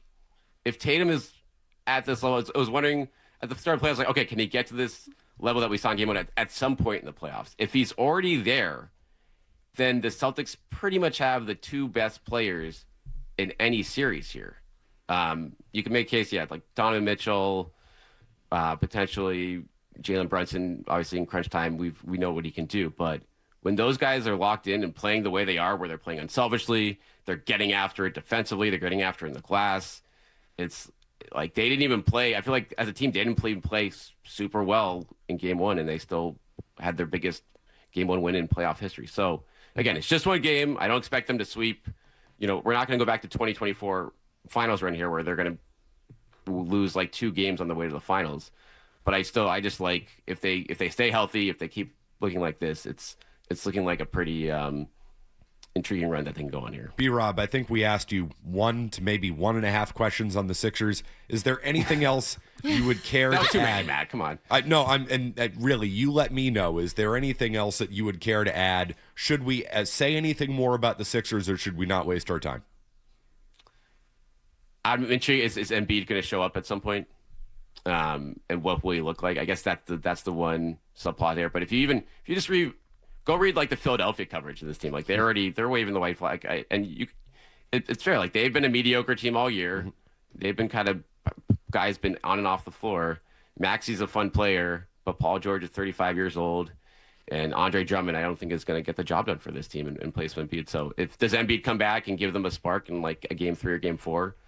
Potentially, but that's pretty much it. Cancun on 3.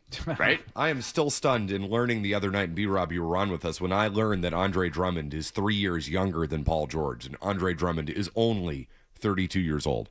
3-point threat now, Andre Drummond. Aren't they all? Yeah. Welcome to the NBA. B-Rob, appreciate the time, bud, as always. Hey, enjoy the rest of this series. I know it's super compelling, and we'll definitely be watching every single minute of the Celtics tonight up against the Bruins. So, yeah. Stay tuned. All right, thanks for having me, guys. All right. See you, B-Rob. Thanks, B-Rob. The best. Brian Robb from Mass Live and, of course, Sports Hub Celtics show on Saturdays. The best in the business. 617-779-0985. I do have one thought I want to share on the Embiid factor in this series. A nuts and bolts basketball take for you. Wow. Are you ready for this? Probably not. You don't need it. I'm going to tell you right now. You don't. It's the take that I don't need? You don't need, and nobody needs this take. From you or in general?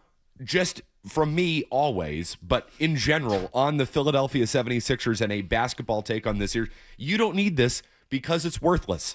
So please stay tuned for my worthless take on the Philadelphia 76ers and how they defend the Celtics. It will be super compelling next.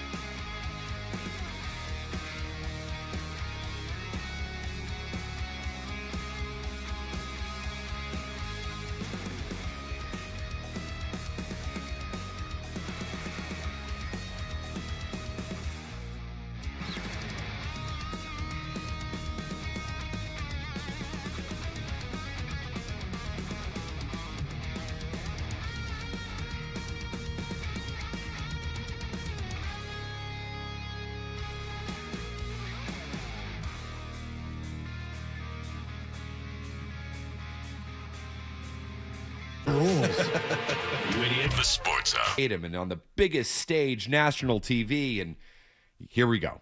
All right? The Sixers have no rim protection. That's it. That's your analysis. Wait, maybe this is a better stinger. For that particular take, maybe. Hot take. You're not going to get anywhere else. Without Joel Embiid, the Sixers cannot stop the Celtics from going to the basket. Brown and Tatum went to the basket all day Sunday, which I liked. They didn't settle for the three. They went to the basket, and they can't stop it. Would you like to now add 10 minutes worth of content on that groundbreaking analysis? I was waiting to argue, but I can't. That was very profound. Yeah, Thank you. It is what it is. Does anybody have anything else they'd like to add on this series? I will say that I am proud of them for not just shooting the three and not living and dying by it so far in the series with one game under their belt. Great game planning. Hooray. I think when Tatum, so this is the whole thing. I had concerns about how good they were all year. But once Tatum comes back, it's the team. That's the whole, Kendra, you said, is it the Celtics or the field? It's the Celtics.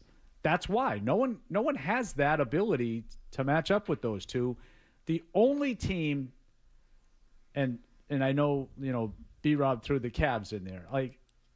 I somewhat in the back of my mind remember last year, and the Knicks, to me, are a team that does match up reasonably well and isn't afraid of them. They showed that last year. I still would take the Celtics as long as Tatum and Brown are both healthy and going. I just don't think anybody else has the ability to match up with that. The Western Conference, that's a different story. But to get out of the East, I think the Celtics really should get out of the East. My rebuttal to that, I agree. If I were a gambling woman. What do you mean if? Huh? What?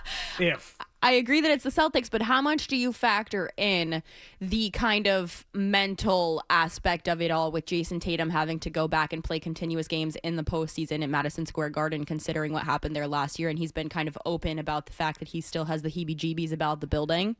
Yeah, I'm not going to lie. I didn't love those comments. I don't really know why, that would be on his mind. I mean, it was just a basketball court. Oh, it's not just any basketball court. No, I know it's the world's most famous arena, where great things have happened. None of which have anything to do with basketball or the Knicks. Well, sometimes with basketball, it's always the opposing team. But there's basically no history in that building when it comes to Knicks basketball, right? Bill Bradley, 1970 and 73. Yeah. Willis Reed. Yeah, I mean, like I said, I respect the Knicks because unlike a lot of teams in that league that go up against the Celtics, not unlike this one right now, Philadelphia, they're not defeated before the game starts, before the series starts. They believe that they can beat the Celtics. So for that reason, I would give them a puncher's chance. I just think the Celtics are better. They're better than the Knicks, and they should be able to beat them in a series. Cleveland, for whatever reason, I'm not a huge Harden believer. I would not go quite Tony Maz, loser. No, he's a loser. With Harden, but I don't believe in him. I don't believe that he'll get it done in the playoffs. And that Cleveland team, the Patriots, the Celtics have owned them.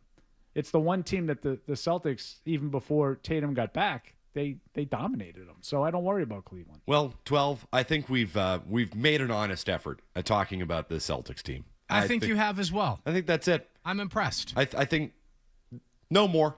No. I'm going to throw in the towel on that. I'd rather change the format of the radio station than talk about this Celtics-Sixers thing anymore. I miss programming Rock 92.9. I mean, I could turn this into Rock 98.5 for 90 seconds if you want to do that. I mean, we've got a few minutes before the segment's over. I mean, would we rather talk about Sixers-Celtics basketball, or would I think I'd rather do literally anything else. So 12. Between your screaming hot take in this segment and B-Rob getting to every single point in the last thing, which he did brilliantly, by the way. Yeah, sure. I think you know what? Let's break down the drum intro to this Smashing Pumpkins song. All right. It's from their first album, Gish. It's called I Am One. This is when the Smashing Pumpkins, they were a Chicago rock band. They're a great band. And when they first started playing out, they didn't have a drummer. They had a drum machine. And the label, Virgin Records, said, we can't sign you if you don't have a drummer. So what did Billy Corgan go and do? he went and found himself not only the best drummer in Chicago, but arguably the best drummer from the grunge era in Jimmy Chamberlain. He's the man. Classically trained, played in jazz combos before he joined the rock band. So, yeah, I mean, that's no simple drum beat he threw down there. I mean, he just broke down a groove to set the song up. The drum beat on 1979? Absolutely. It's awesome. Absolutely. It's great. It's a hook in and of itself. You talk about a hook in a song being the chorus or whatever, but in that song particularly, it's the drum beat. It's the intro that's the hook to the song. Yeah, see if I can find that. Although I like you singing it better, to be honest with you. Yeah, it's nice. It's way better than watching Celtics Sixers, me singing, and trust me, I can't sing. You know that singing and guitar play make me uncomfortable. As it should, by the way, Kendra. As it should. There's nothing McCarthy's singing and drunk. McCarthy and I have had this conversation in like a romantic sense. If a guy you're were to talking about pull this? out like a guitar and sing to me, I would vomit and never call him again. There's nothing more cringy, more douchey than, and I will say, my brother, I love him, and he actually legitimately an unbelievable. You've mentioned him before. We've talked about this. Your brother's like a legit guitar player. He's an unbelievable drummer and very, very good on guitar. He's talented. And you still don't like when he does it? His fiance, God bless you, Jess. I love you. I know she loved it when he broke out the guitar for him. I said this to my girlfriend, and she's like, "No, you can't." No. But she's real. I mean, like a professional musician. She's like, "Don't ever do that to me, ever. She's like, I will ask you. If I want you to play the guitar, I will ask you, hey, you want to break it out? But no. She's like, don't ever don't play the guitar at me kind of thing. So on days that I'm like randomly driving to work and I'm a chronic, what do you call me? P1. Sure, yeah. I'm a chronic listener, right? I'm always, in 12 will tell you I'm constantly pestering Hardy. Which we love, by the way. With texts. Always do that. There's nothing, I don't get any more boomer points than I possibly could when 12, Hardy, and Fred are doing the whole obscure, like, grunge rock or whatever.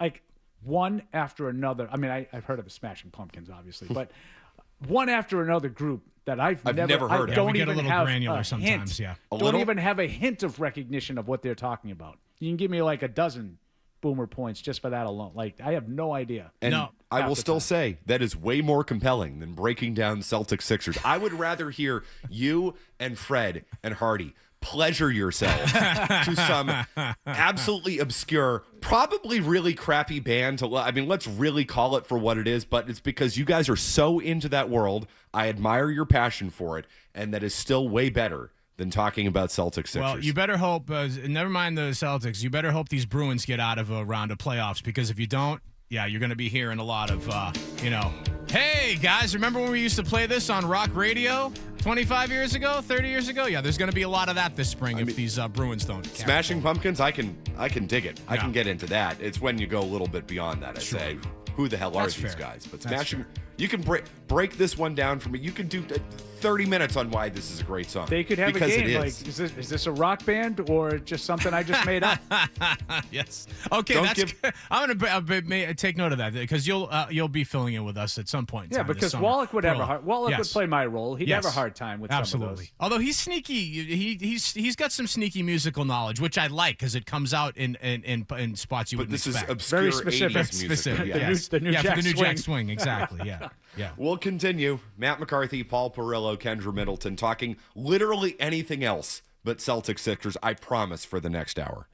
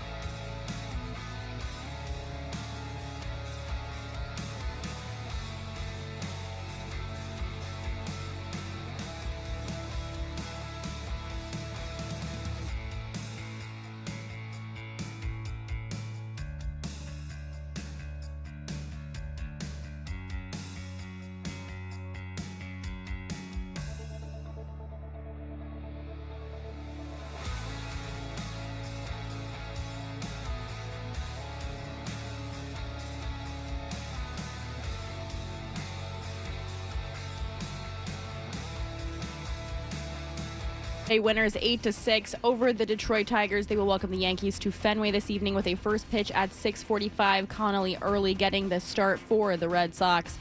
Playoffs across the NHL and NBA continued last night. In the NHL, we will get game 2s between Montreal and Tampa Bay tonight, LA and Colorado, Utah and Vegas, and of course your Bruins taking on the Buffalo Sabres at 7:30. Pregame with RJ and Bob right here on the Sports Hub starting at 7.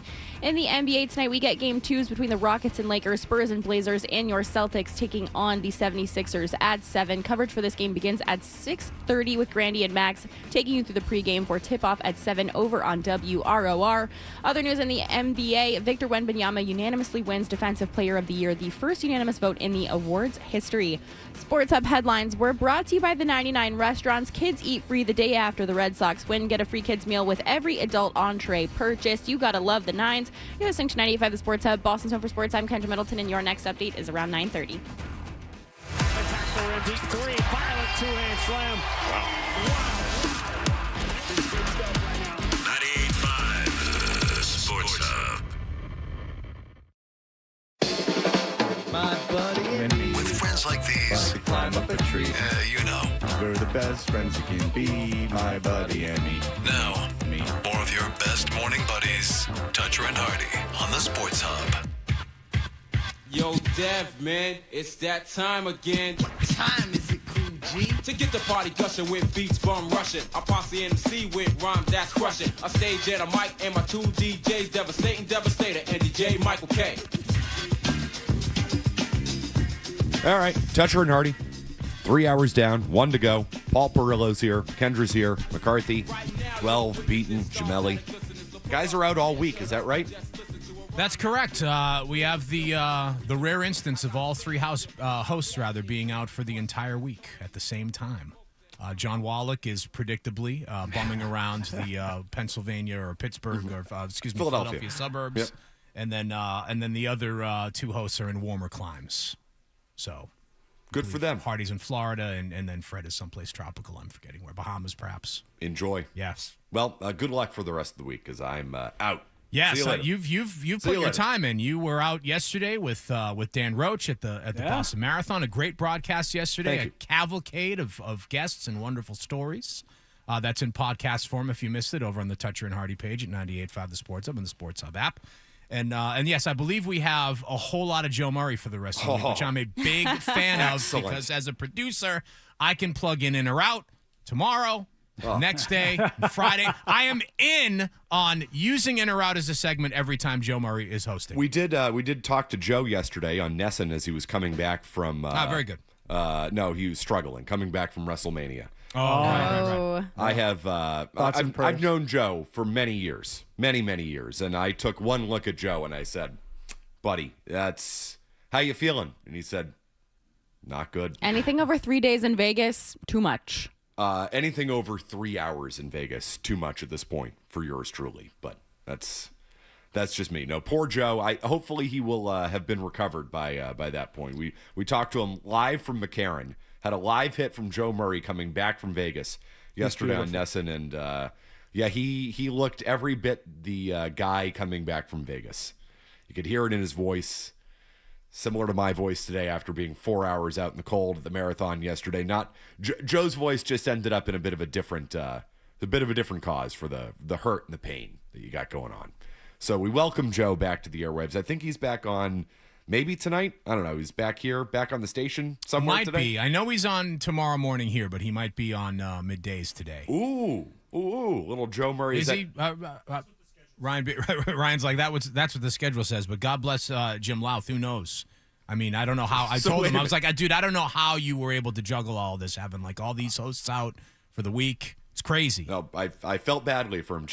When Jim called me in February and said, "What are you doing in April?" Which is a lot farther away than we typically schedule. Certainly. And I said, "I'm only around part of the week. Good luck, pal." Yeah. I knew they were in trouble. So today on middays we have Joe Murray, fresh from Las Vegas, and Tim McCone, fresh from 26.2 from Hopkinton to Boston. I am in on that particular combination of that hosts.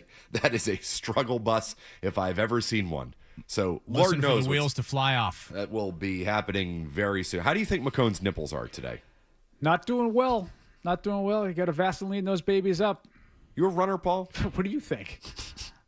What a dumb question. Kendra, you a runner? No. I do cardio 1 day a week. Could you run the marathon if you trained for it? Absolutely not. I don't want to. Rochi yesterday, every person we talked to yesterday, and they're the most wonderful people you've ever met in your life, these marathon runners who are going out there and putting, sacrificing their bodies for these amazing causes. The guy who ran with no shoes. No shoes, running for, veterans and Dana-Farber and all these incredible charities. And every single one of those people gets up. We talked to the race director. He's like, yeah, this is my 54th Boston Marathon. And he talks about it like it's nothing. And they're like, well, you could do it. You just need a little Rochi was like, if you started training in January, you could do it in April. It's the craziest thing I've ever heard, but all these people say it's possible. Yeah. No offense. I think outside of T-Bone, I'm probably the most, no offense, physically fit person at this station. And I don't, Tyler Milliken. Hold on. Milliken. Milliken says no. Get Milliken in here for it. Milliken, come on in. It's definitely Milliken. He's blowing you off. Nope, he's blowing you off. He's got the track suit going on. We could train Milliken. And I don't think that I don't have any desire. Well, it's a mental thing, really. Because I know a lot of people that have done it. I mean, I'm not a runner and I've never tried to be. But they all say once you get over the mental, it's you can run. It's just a people matter crap their pants. Uta Pipig. Famously. Poor Uta Pipig. No, thank you. Rochi was forever known for that. Seriously, like anytime that the example gets like brought a up, world-class runner too. It's not like it's seriously, Paul Perillo was running Heartbreak Hill. Women too. There was a woman who did it like 5.5 months pregnant yesterday. I was like, are you joking?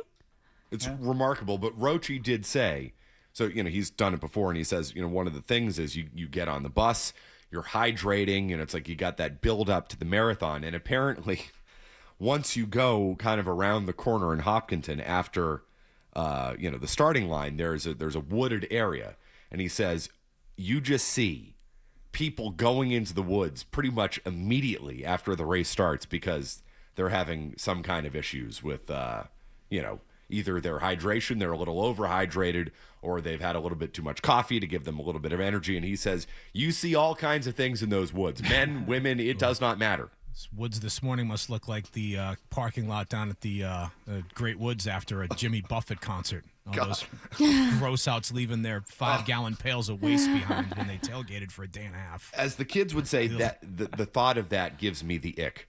Which, to my understanding, Kendra has a list. Wait, Kendra, you have a list? I have a full list. We got another list, a list you can't resist, 'cause we got lists and lists. All right.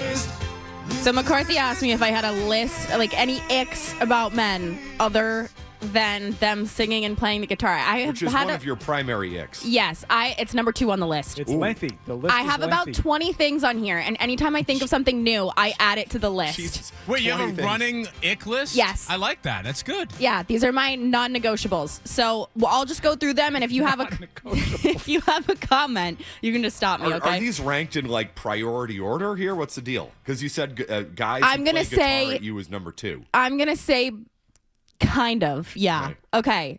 So number 1, worshiping a political figure of any kind.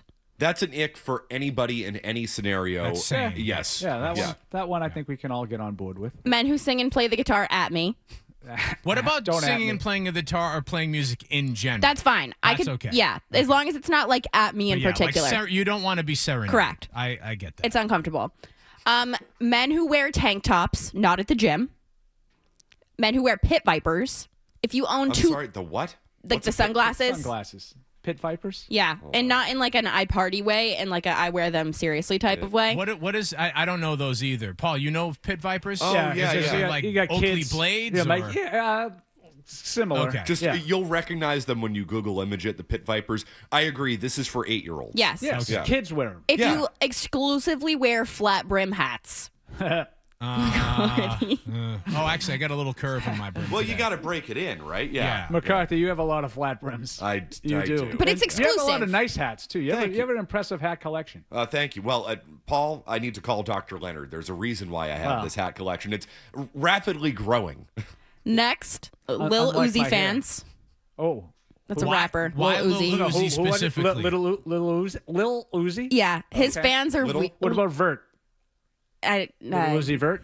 Oh, he's fine. Oh, His fans aren't he's that okay. weird. Okay. They're the same person, so it's I like threw him it's for a fine. loop there by knowing who that was. Lil Uzi Vert and Lil Uzi are the same I have person. no clue. I'm gonna add this to my boomer points. Why this specific artist, Kendra? Because their fans are really weird. Okay. People who are bad tippers. Yes. Oh, yeah. You know what? That is a red flag. I don't like that. Because that's I a agree. values Yes. thing. Yeah. That's a values thing. This might get me canceled. White guys with tribal tattoos. I'm out. Well, as long as you're not dating in the over 40 segment, I think you'll be fine. I don't know if that's really a thing for guys under 40 anymore. That was a big thing back in the day. I'm in my late 40s, and I have a lot of my peers have those really bad tribal tattoos, but I feel like that faded away. If you don't like vegetables, Oh, I'm out. See you, Paul. Sorry. if you're on a dating app and unprompted you have your height in your bio, I'm out. Well, hold on. Wait a minute. If the dating app asks how tall you are, fine. But if your bio's like 6'3", finance, Southie, see ya. Kendra, because trust me, that was the first thing I put in my dating app when I was in the dating pool. Like 6'5", here we go. You got to play to the strengths. That's a good point, He's Kendra. tall. I mean, for someone like Matt who's actually tall, and that's kind of like an interest. It's less even about like a selling point. It's just more of like it's an interesting fact It's about not him as a though. person. Nobody cares about. Nobody cares. Kendra, Okay. no. Trust me, I would say when I was in the dating pool, people did seem to care about that. Okay, well, it gives me the ick that if your personality trait is how tall you are. That's not a personality It's a big trait. part of who I am. The world is not made for Next, me, Kendra. if you're a thirst, I got a problem with this. You're discriminating against me. I hurt your feelings. That's Yeah. why. That's the only reason you're upset. Yeah. Okay. I feel badly. Next, if you are a thirst trap male content creator, I'm out. People who can't differentiate homophones, out. Wait, now you have to describe what a homophone is. Two, and two, there, and there. Those are homophones. Yes. Okay, so yeah. Bad swimmers. Okay. Hold on. I don't want to see you doggy paddling. That gives me the ick. Wait a minute. Are you like second date? You're like, let's go to the Y. Okay, you know what? I was gonna kind of come at you for this, Kendra, but now that since you reset it right, I'm remembering. If you're a grown man and you're doggy paddling, this is about things that give you the ick. Yes. And yes, I absolutely can see how that, like, if all right, let's say you're going on like for instance, I'm going down to Walden Pond and maybe I'm meeting somebody down there and we're going for a little swim. And I start doggy paddling around. Like Yes. that would be an Gross. instance of ridicule. As Gross. it should be. Yes. all right. If your favorite, so much for your relationship and my relationship, Kendra, because this thing is done. if your favorite condiment is mayonnaise, Oh God damn, Kendra, this is such a bad Does take. Miracle Whip count? Mayonnaise is amazing. yeah, but if it's your favorite condiment, that's weird. There's no better condiment. Egg pudding cannot be your Do you favorite mix condiment. it with things? That's fine. McCarthy? Do you Egg have pudding. sriracha mayo? Oh, I mean, I love That's all fine. forms of mayo. That's fine. You want to fancy this mayo up, but if you're just saying, here's some straight Hellman's, throw this on a burger, I would throw that on a hot dog. I would throw that on anything. Next, if he hates cats, because cats have boundaries, and I think that if you hate cats, you have boundary issues. This is a good take. Thank you. And I know I'm unfairly characterized as the dog hater on the program. I don't hate dogs. I just love cats, and that is a big reason why I love cats, because they have a little bit more emotional intelligence in. than dogs. I'm back in. I got a shot. All right, I have 5 more. I have 5 more. Only 5 more, Kendra? Yes. You mean you didn't stop at can't swim? If he licks an ice cream cone weird. and you're the soul. Okay. Yes. But like watching a man lick an ice cream cone right? can be Can I weird. ask you? You're right, Can I ask you? Should I not can't- ask you? No, I don't think. Now we're going to get canceled. When's the safe harbor? I think we can say that there are myriad responses one could have to watching someone lick an ice cream It's weird. cone. It's weird. There could be very positive reactions to that, and there could certainly be some negative. Big reactions dish to that. guy. That's Just fair. give me the spoon. Yeah. If your exclusive form of exercise, you're a cyclist. Oh, we love cyclists on the show. If you do like triathlons and stuff, fine. But if you Me. cyclists piss me And off. The show, okay, but we love cyclists on the show, and we would never want to blanket statement. Well, I just did. I have no problem with a that. group of I'm Team Kendra on this. A group that I personally am a huge fan of, but would never want cyclists to think that we do not champion them and their causes here on the Toucher and Hardy You program. see, there's a difference between Thank you. city cyclists and suburban cyclists. Now, And- I live in the suburbs, Yes. and I love taking my bike out for a nice ride where I'm not blocking traffic. Correct. Taking parking spaces away from the people who deserve them and need them. But that's why I live in the suburbs, so I can ride my bike and live my very quiet, boring old man suburban life. Okay. If he says ship instead of championship in a very serious manner, hate it. Yeah, strong another win on that. Another one I like. Yeah. Okay. If they have blue sheets, you're an F-boy. I'm out. Oh. And then Why blue sheets? Because blue sheets are like F-boy sheets. That means that you pass women around. It's just like a known thing in girl world that if you have blue sheets, you. I'm going to do research on this one. I'm serious. Beaton just sounded very offended by that, which makes me think he has blue sheets. Yep. And then my last one, any combo of Lakers, Yankees, Cowboys, Patriots, Alabama fan. Yeah, you don't want a front runner. Yeah. That's fair. All right, so that's a very give good me one. your instant reactions to my list. Honestly, some of them very good. Some Yeah, of them don't very hate 'em all. weird. Yeah, I'm with Paul. I don't hate them all either. Don't hate them all. But so the last one, any combination. So if they're a Patriot fan, Yeah, or- if they you have to have a combination of three three, okay, or more. I would That's say fair. 2 or more. You should be a fan of where you were from, and that's it. Or, hey, my dad was from Right, or this have a good city. story as to why you're not. Right, man. Yeah. Like if you're from somewhere, that's totally fine. But if you like the Patriots and Alabama and the Yankees because they're all good, like no, it's nothing to do against people here. You can tell the difference. Yeah. I'm with that one.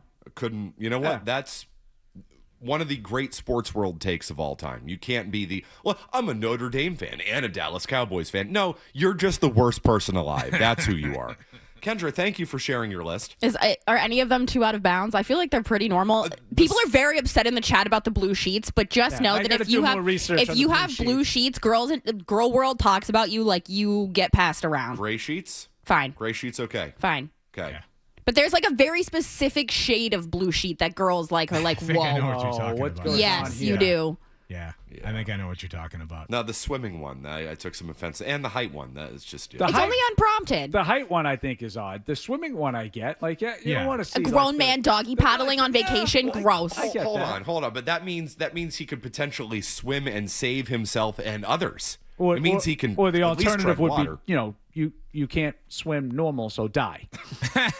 Like that. That's your that's your option. It's like survival of the fittest kind of thing. I mean, I was sharing my reactions in real time just because I'm that kind of guy. But there's nothing really on that list, Kendra, that gives me the ick. Nothing? As far as like the way that you built the list. That's all I'm saying. Is like there's nothing on there that I I think love is that like they're a all real non-negotiable.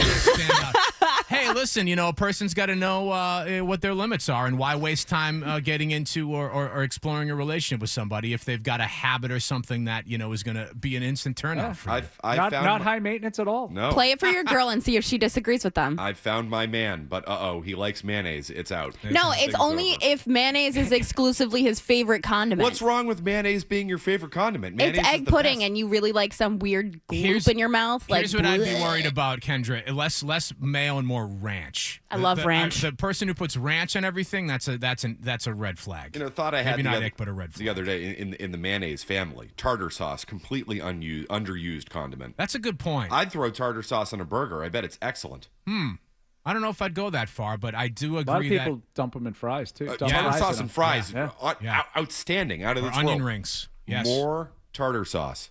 Give it a shot. Summer's I mean, coming. it's just mayonnaise and relish. Those are two good things, right? We like mayonnaise. I mean, well some of us. We like know someone mayonnaise. loves pickles in the studio. I mean, there we go. I have eaten half a container of ranch pickles this morning. Hell yeah. They're delicious. Should be mayonnaise pickles. I really want to take a sip of it. I'm not going to lie to you guys. Do it. I think I'm going to. Do it for the people on YouTube when we come back. Blue sheets. We'll continue. Blue sheets. It's Kendra. It's the Kendra Show. Kendra, Paul, We're all McCarthy. just living in it. We're all in Kendra's world, baby.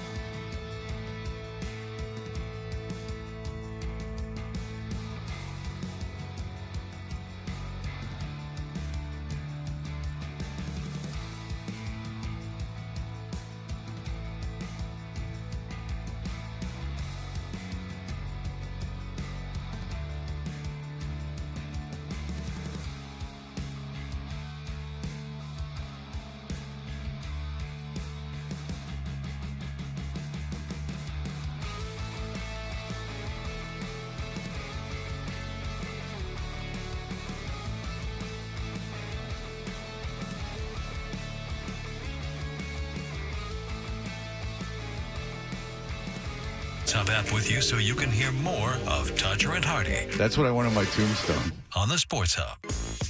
You know, I got an idea for a bit. The email bit. We should do the email bit. It's a great idea. Let's do the email bit.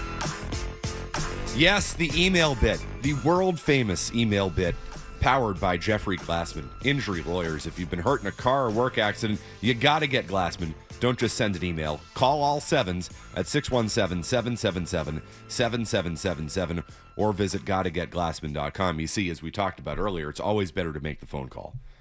You don't just send the email. You can. They'll get back to you that way, but you talk to a real live human being. That's the way to approach things. I mean, a very memorable phone number, 617-777-7777. You asked me earlier, do I still remember my childhood phone number? Don't we all? No. I do. I definitely do. 508-866-2991. I don't think we had a house phone after I was like 7. So everybody just had cell phones. You do 12. 246-3280. Didn't need to add didn't even need it. Didn't even need to add the because they hadn't broken out the area codes yet. It was everything was 617, and then when I was a kid, they broke out 781 and 508, and then after that, they broke out all the others. Really? I see. I would have thought 978. 508 would have come in because Worcester, the larger population. No, I told you guys the same thing, Yeah. right? Well, it's 387-0903. But we didn't have to dial the area code. What when a I was different kid. world. And do you guys still, Paul? Do you still remember friends' phone numbers? Because we just went through this in my friends group chat. I got probably half a dozen of us who all grew up together, and we all were like, "Yep, this was yours, this was yours, this was yours." Oh, my immediate friends totally remember all of those. But I even have like random kids that you grew up with that you were friends with, but you didn't necessarily hang out with them all the time. And they always had like one of them was 2615 Wade Boggs Cecil Cooper. Nice. That's how I remembered the number. Nice. Like it would just like assign 2 random baseball players. Right, because you only really needed to know 4 numbers because you had your local code, right? 387 or 389 in Yeah. Everett. Right. There's more now, but you were one or the other. So if you got it wrong, like you just change one number. We were just talking about this during the break. It was a crazy when I was 2 years old, I memorized my grandparents' phone number and my aunt's phone number, and I called them, kept calling them over and over and over again. And I ran up my parents' phone bill because unbelievable. They were in Mansfield. That was a 508, so I had to dial cost you more money 617 to call Cambridge. Yeah. I had to dial 781 to call my grandparents in Winchester. Like that was what a world. What a world. What a world we grew up in. In Cap, that was a shout out to you, by the way, that Wade Boggs Cecil Cooper, in case he's listening. He might be. Wade Boggs, number retired. Yeah. For no good reason whatsoever. Hall of Fame, right? Yeah. Was anybody clamoring for that? Listen, I want to back you on this, Matt, because I'm not a Wade Boggs fan, because anyone who's a Red Sox fan is not a fan of Wade Boggs or Roger Clemens because of what they did after they left the team. Oh, I love Roger Clemens. I think people have come around on Roger Clemens. This is interesting, Paul. I hated Roger Clemens, and I was prime like Red Sox fan, 9-year-old Red Sox fan collecting baseball cards age when Clemens was on the Red Sox. And there was just something I was like, I don't know why I didn't like him at that age, but I didn't like him at that age. And then as he left the team, I had more reasons to not like him. I've always hated Clemens. And I kind of still do. I hated Would you retire his number? I mean, well, if you're going to do Boggs, you got to do Clemens, right? That's my attitude. You know? So I've been clamoring for this for about a year now. The Hall of Fame thing is what they're going to fall back on, right? Right. If he's not going to get in because of the nonsense, hypocritical nature of the PEDs. You know they haven't given out 21 in 30 years. Mm-hmm. Nobody's worn it. So the number's unofficially retired. They won't put it up on the facade. Right. Put the damn number up there. But Wade Boggs is up there. We're waiting to see if he'll get in. They'll change that. Those PED guys are going to get in. They're going to get in. I'm not convinced. I think they will. Yeah. When they're all gone. Yeah, exactly. That'll be the irony of it. So right? what we're gonna wait 40 years? Clemens is gonna be gone. I don't think it'll be that long. We're gonna put 21 up there. What are you predicting his early demise? No, I'm just saying 15, 20 years is when you're going to see those guys all start to get in. So I don't want to do too much Hall of Fame stuff, but I actually think that the background to the Baseball Hall of Fame, it's not the writers. There's a group of Hall of Famers who don't want those guys in, and those Hall of Famers have the ear of the voters. That's interesting. Really? That's interesting. I'm you know how the Pro Football Hall of Fame is all smoke-filled rooms and all that. Yeah. At least with the Baseball Hall of Fame, everybody releases their ballots and all right, who voted for who didn't. Like, I can text Shaughnessy and be like, Dan, will you just vote for the effing steroid guys? At least there's some level of accountability. Doesn't he? No, Shaughnessy does not. No, he's a hard no on those guys? He's a hard no on I those always guys. thought he was. I thought he was in on those guys. And Shaughnessy is written about this. You go to Cooperstown every year, and it's like, I think a lot of the writers, I mean, they really take it seriously, but I think a lot of the writers ask some of the Hall of Famers, like, what do you think of this guy? What do you think of that guy? I think the current Hall of Famers have more sway than we have ever given them credit for. That's an interesting take, McCarthy. I hadn't thought of that, and now you saying it, I definitely have an open mind to it, and it certainly stands to reason. But what will be interesting is as that population shifts, right? As the population of Hall of Famers ages out, passes away, as the current voting population for the Baseball Hall of Fame ages out, and they bring new players in. Like the younger players, the younger writers, and so the younger voters, they're going to give less of a crap, and they're more of the mind, at least the ones that I've read, who are saying like, yeah, but you can't tell the stories of the game of baseball without having these guys in the Hall of Fame, and it's ridiculous to not have them in. So I couldn't agree more with that. But to this point, I just Googled this because I don't know why I remembered it. Joe Morgan, 7, 8, 9 years ago, sent a letter to writers asking them to keep the steroid guys out of the Hall of Fame. Wow. And that was public. I think there were other Hall of Famers who signed that letter saying keep these guys out. That's the real reason. It's not the writers. It's the crusty old Hall of Famers who don't want. Why do the writers guys like have to Clemens. listen to that? They don't, but they're the ones that have to vote. But those are influential guys. Like I don't know. I tell Joe Morgan to pound sand. Okay, but who was your hero growing up? Like, do you have a hero baseball or like a hero? Oh my gosh, here we go with McCarthy and Mo Vaughn. Okay, if Mo Vaughn wrote me a letter asking me to do something, I just ordered a Sports Illustrated the cover. I kid you not. Of course you did. Go on. The cover of Mo Vaughn from October of 1995. Yep. Mo Valuable. Cover of Sports Illustrated. I remember it. It's been printed out. I got to get this thing framed. So cute. I'm going to hang this in my living room. And you make fun of Barth for liking the draft. It's actually deplorable. No, okay, but there's the thing about this. There's a little. Do you remember the cover of Sports Illustrated? I had it. We were subscribed. The 12 household were subscribers to Sports Illustrated. My dad got it, and absolutely, I had it. There's this little about 5-year-old redheaded kid on the cover of Sports Illustrated, looking up at Mo Vaughn. He's like peeking out through the green monster, like idolizing Mo Vaughn, Valuable. I have ordered this. It's going to be hanging in my living room very soon. I just got to get it framed. Oh, it gets living room status, not even like office or like, hallway. Not a coffee table book? No, this is living room status, folks. Do you have coffee table books? No, I have a coffee table, though. You need some coffee table books. I'm very proud. I ordered a coffee table a few months ago. If he gets a few more of these old Sports Illustrators, Kendra, he can bind them all together, and that can be his coffee table. I have old magazines as my coffee table books. Oh, that's right. You do. But do the guys know what old magazines you have? I feel like tell them. I have old, 80s porno mags with, full bush on my coffee table. That's outstanding. It's a conversation piece. No, that is a conversation starter. Yes. Along with your list of things that give people the ick. People have responded to that. People are very upset about the blue sheets, but a lot of people are saying when I was in my, can I say the H word? Which H word do you want to say? It's a gardening equipment. Yes. Oh, yes. People were saying when I was in my hoe phase, I definitely had blue sheets. So not as controversial as I would have thought. I think some people are seeing the light. I told you I'm going to do some more research on that as soon as I get back to the office today. You should. Very busy on your draft prep there, Paul, aren't you? Yeah. After I do that, Matt, after I get up to date on the latest trends in the first round. The latest top prospect from Prairie View A&M who the Patriots might take. The latest in the risers and fallers. What are some of the other pieces of ick list feedback you've been getting, Kendra? I'm curious to see what other pieces people had a big response to. It really started a argument in the YouTube chat about blue cheese versus ranch as well with the mayonnaise comment. Ranch. Always ranch. On buffalo wings? Yeah. Blue cheese. I'm not a wing blue cheese always. Yeah, blue cheese. Don't like either one of them. Oh. I'm also offended that Blind Scott said that women didn't eat chicken wings because I guarantee you as a Southerner, I clean a chicken wing better than most men up here. Hold on. We did hear from Blind Scott. We did hear from Blind Scott, actually. He had a whole lot of things to say, as he always does, and Ryan was nice enough to produce this. Let me tell you something about the Bruins. Let me give you a tip. This is what the Bruins need to do. I played hockey. I got cut from Suffolk University.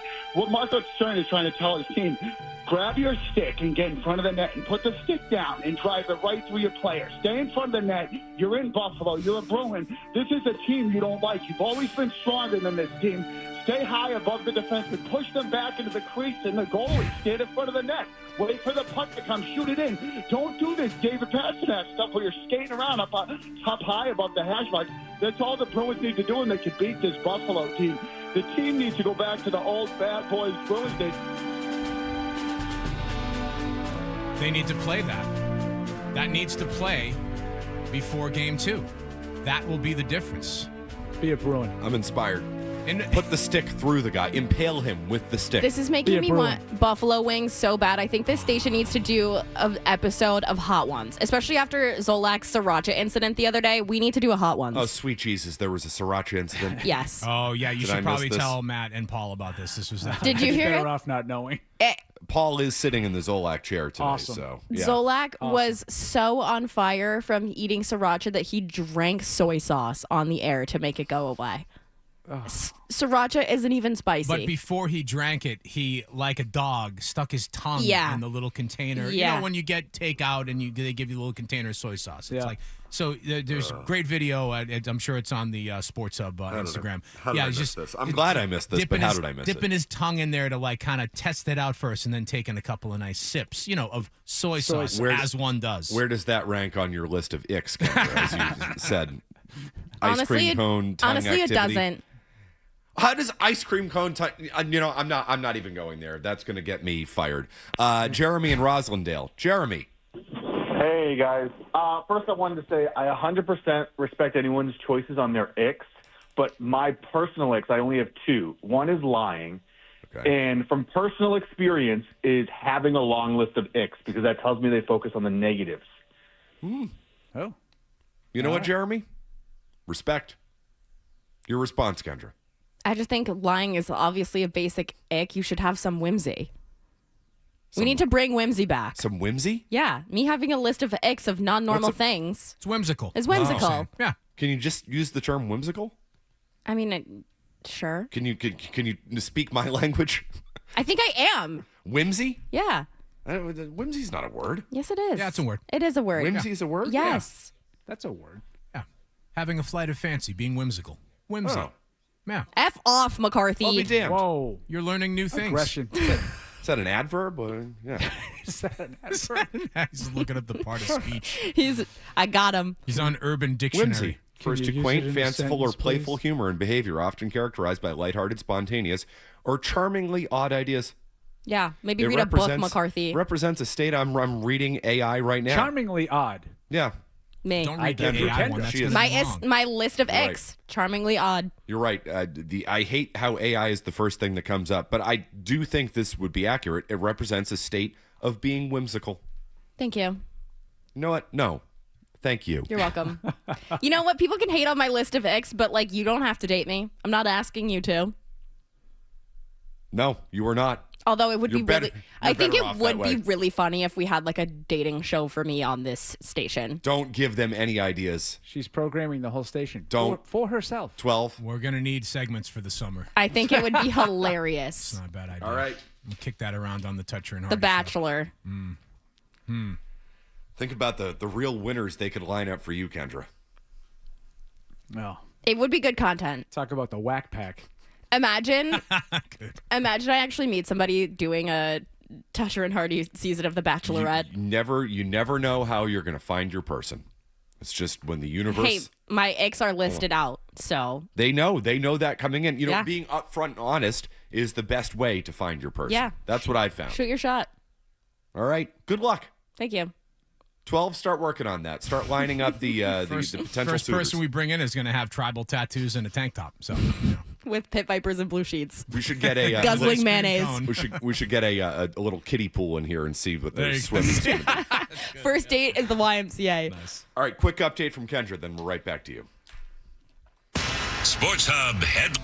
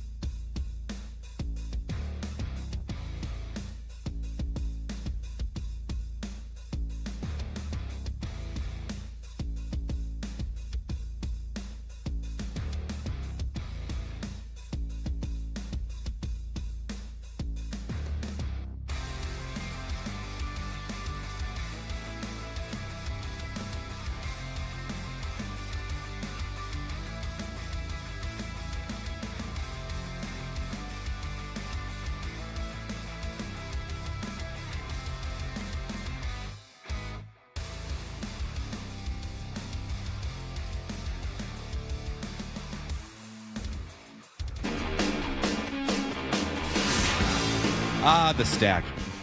It's where we do everything that we didn't get to in the show.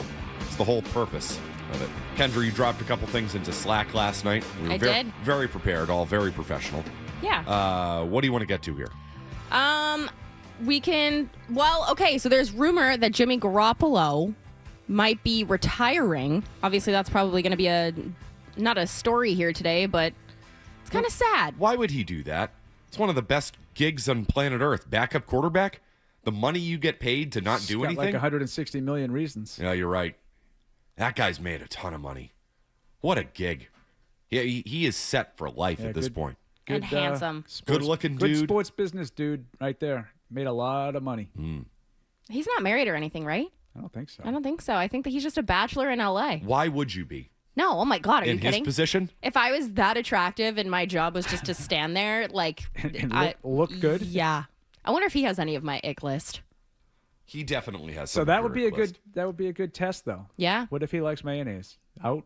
He doesn't give mayonnaise energy. I don't think that you can be Doesn't that. give What is mayonnaise energy? I don't think you can't be ripped like that and love He mayonnaise. has blue sheets. Define mayonnaise energy, please, Kendra. Tennessee Titans fans, mayonnaise energy. That's actually really good. Yeah, Is that because of Will Levis? No, Oh. I've said this since before. Will Levis, they're mayo eaters. They're mayo eaters. Clogged arteries, mayo energy. Mouth breathers. Yes, Mayo eaters. energy. It's not good for the heart. No, Not good for it's the egg cholesterol. pudding. People on Twitter are also really upset that I called it egg pudding, saying I'm ruining mayo for them, but that's really what it That is. is kind of what it is. It literally is. It's So just you sub bone marrow for unfertilized chickens. I'm sorry, what? Yeah. There's bone marrow in that thing? In pudding, yeah. Pudding is like the gelatin is bone marrow. Same with Jell-O. I shouldn't go. What is mayonnaise? It's just eggs, olive oil, salt. Second thing that comes up on my, the suggested, what is a mayonnaise by the Smashing Pumpkins? I mean, that's a great song. And we're That's back. right. Now That's right. you always have to bring it back to 90s grunge. Always circles back. 12. I knew the task when they said, "Can you come in and fill in for Toucher and Hardy for a few days?" I said, "Yes." I just need to make sure I reference early 90s music. There you go. Put me at my ease. I appreciate that. Did you not know that Jell-O? I don't think it is anymore because of technology, but like OG Jell-O is made out of like horse bone marrow. So is that in the Jell-O pudding as well, or just like Did the not know that. Jell-O like? That's what makes it like gelatinous. Yeah. I'm gonna treat that like I do when someone calls in with a prospect out of the Mountain West Conference that I've never heard of. What do you think they are going to do, Paul, on Thursday? They're gonna pick a player at 31. Thank you for that. At 31, so they're not going to trade up. Back to you, Jim. That analysis was as strong as my Celtics-Sixers take that the Sixers can't protect the rim. I don't rule out, in all seriousness, I don't rule out a trade, but I do think they're going to end up having to sit tight at 31, and I think they're going to lean edge. I'm going to go with an edge guy. Cassius Howell is my sort of inside favorite. SEC, baby. Kendra? I kind of do want to see them trade up. I think that would be fun and exciting. I would love if they got Sadiq just because he's my favorite player in this draft. It'd be cool to watch him up close, but I agree, probably edge. One of the two guys I listed earlier. Jeremy in Maine with the final word today. Jeremy. Hey, Kendra, I had a quick question for you about your ick of tank tops. What about blue-collar workers? I said them too? specifically outside of the gym. If you work outside and you're in a tank top, that's fine. But if you wear tank tops to like the bar as a fashion statement, I'm out. Okay, well, not my type then. Thanks. Not giving up my tank top. Sorry. I guess he's not going to be on the Toucher and Hardy Kendra Middleton. Do you think he has guns? Bachelorette? Not like pew pew, but like arms. Like I feel like you have to be shredded to pull off a tank top. I agree. I would never wear a tank top for obvious reasons. You and me. You know the guys I'm talking about at the gym Yeah, though, who right. like cut it down like open and like I don't want to see that outside of the gym. Hardo. Yeah. Yeah. Like you are doing more I than wanna see it in the creatine. gym. I did admire though. He was like, you know what, this isn't going to work. Thank you. We're gonna move on. Respectful. Honestly, that we could use more of that. Yeah, and I love blue collar workers. I thank you to all of our essential workers. I say it on my show every Saturday to close out, but love you guys. Thank you to our essential workers. All right, so he's not going to be on the Bachelor, the Toucher and Hardy Bachelorette, but we'll start lining him up for you. Yeah. if we need to. Yeah. You must be 30 to ride this ride. Okay, so over 30. You and I, Matt, should be executive producers of this vehicle. I want a production. I want a the production ground. credit for this for sure. 12. When you do this, just keep in mind where it came from first. The genesis. This particular show will be the genesis of this. I think Hardy's going to be my voice of reason. To be fair, thank God. He'll look out for you. He's a protector. Yes. He would protect you. And as much as he pretends to hate me as a bit on this show, he does love me. Because where else is he going to get his white trash cookies from at Christmas? Oh, all right. Cookies are so good. They are incredible. That got me through a morning, the morning after the Patriots-Ravens game. I'll have to try them this year when I get some, because I didn't get any last Christmas. Well, you have to show up on the morning after a Patriots game, and she'll hook you up with those, Paul. You know, like after, say, the AFC Championship game? Sure. I was here that morning. Well, it's after Christmas. In a blizzard. You're a hero. And we don't all wear capes, my friend. Paul, it's been fun. It was Kendra, fun. It It went fun. by fast. That's the best. 12, have a good rest of your week. Thanks. See ya. Thank you.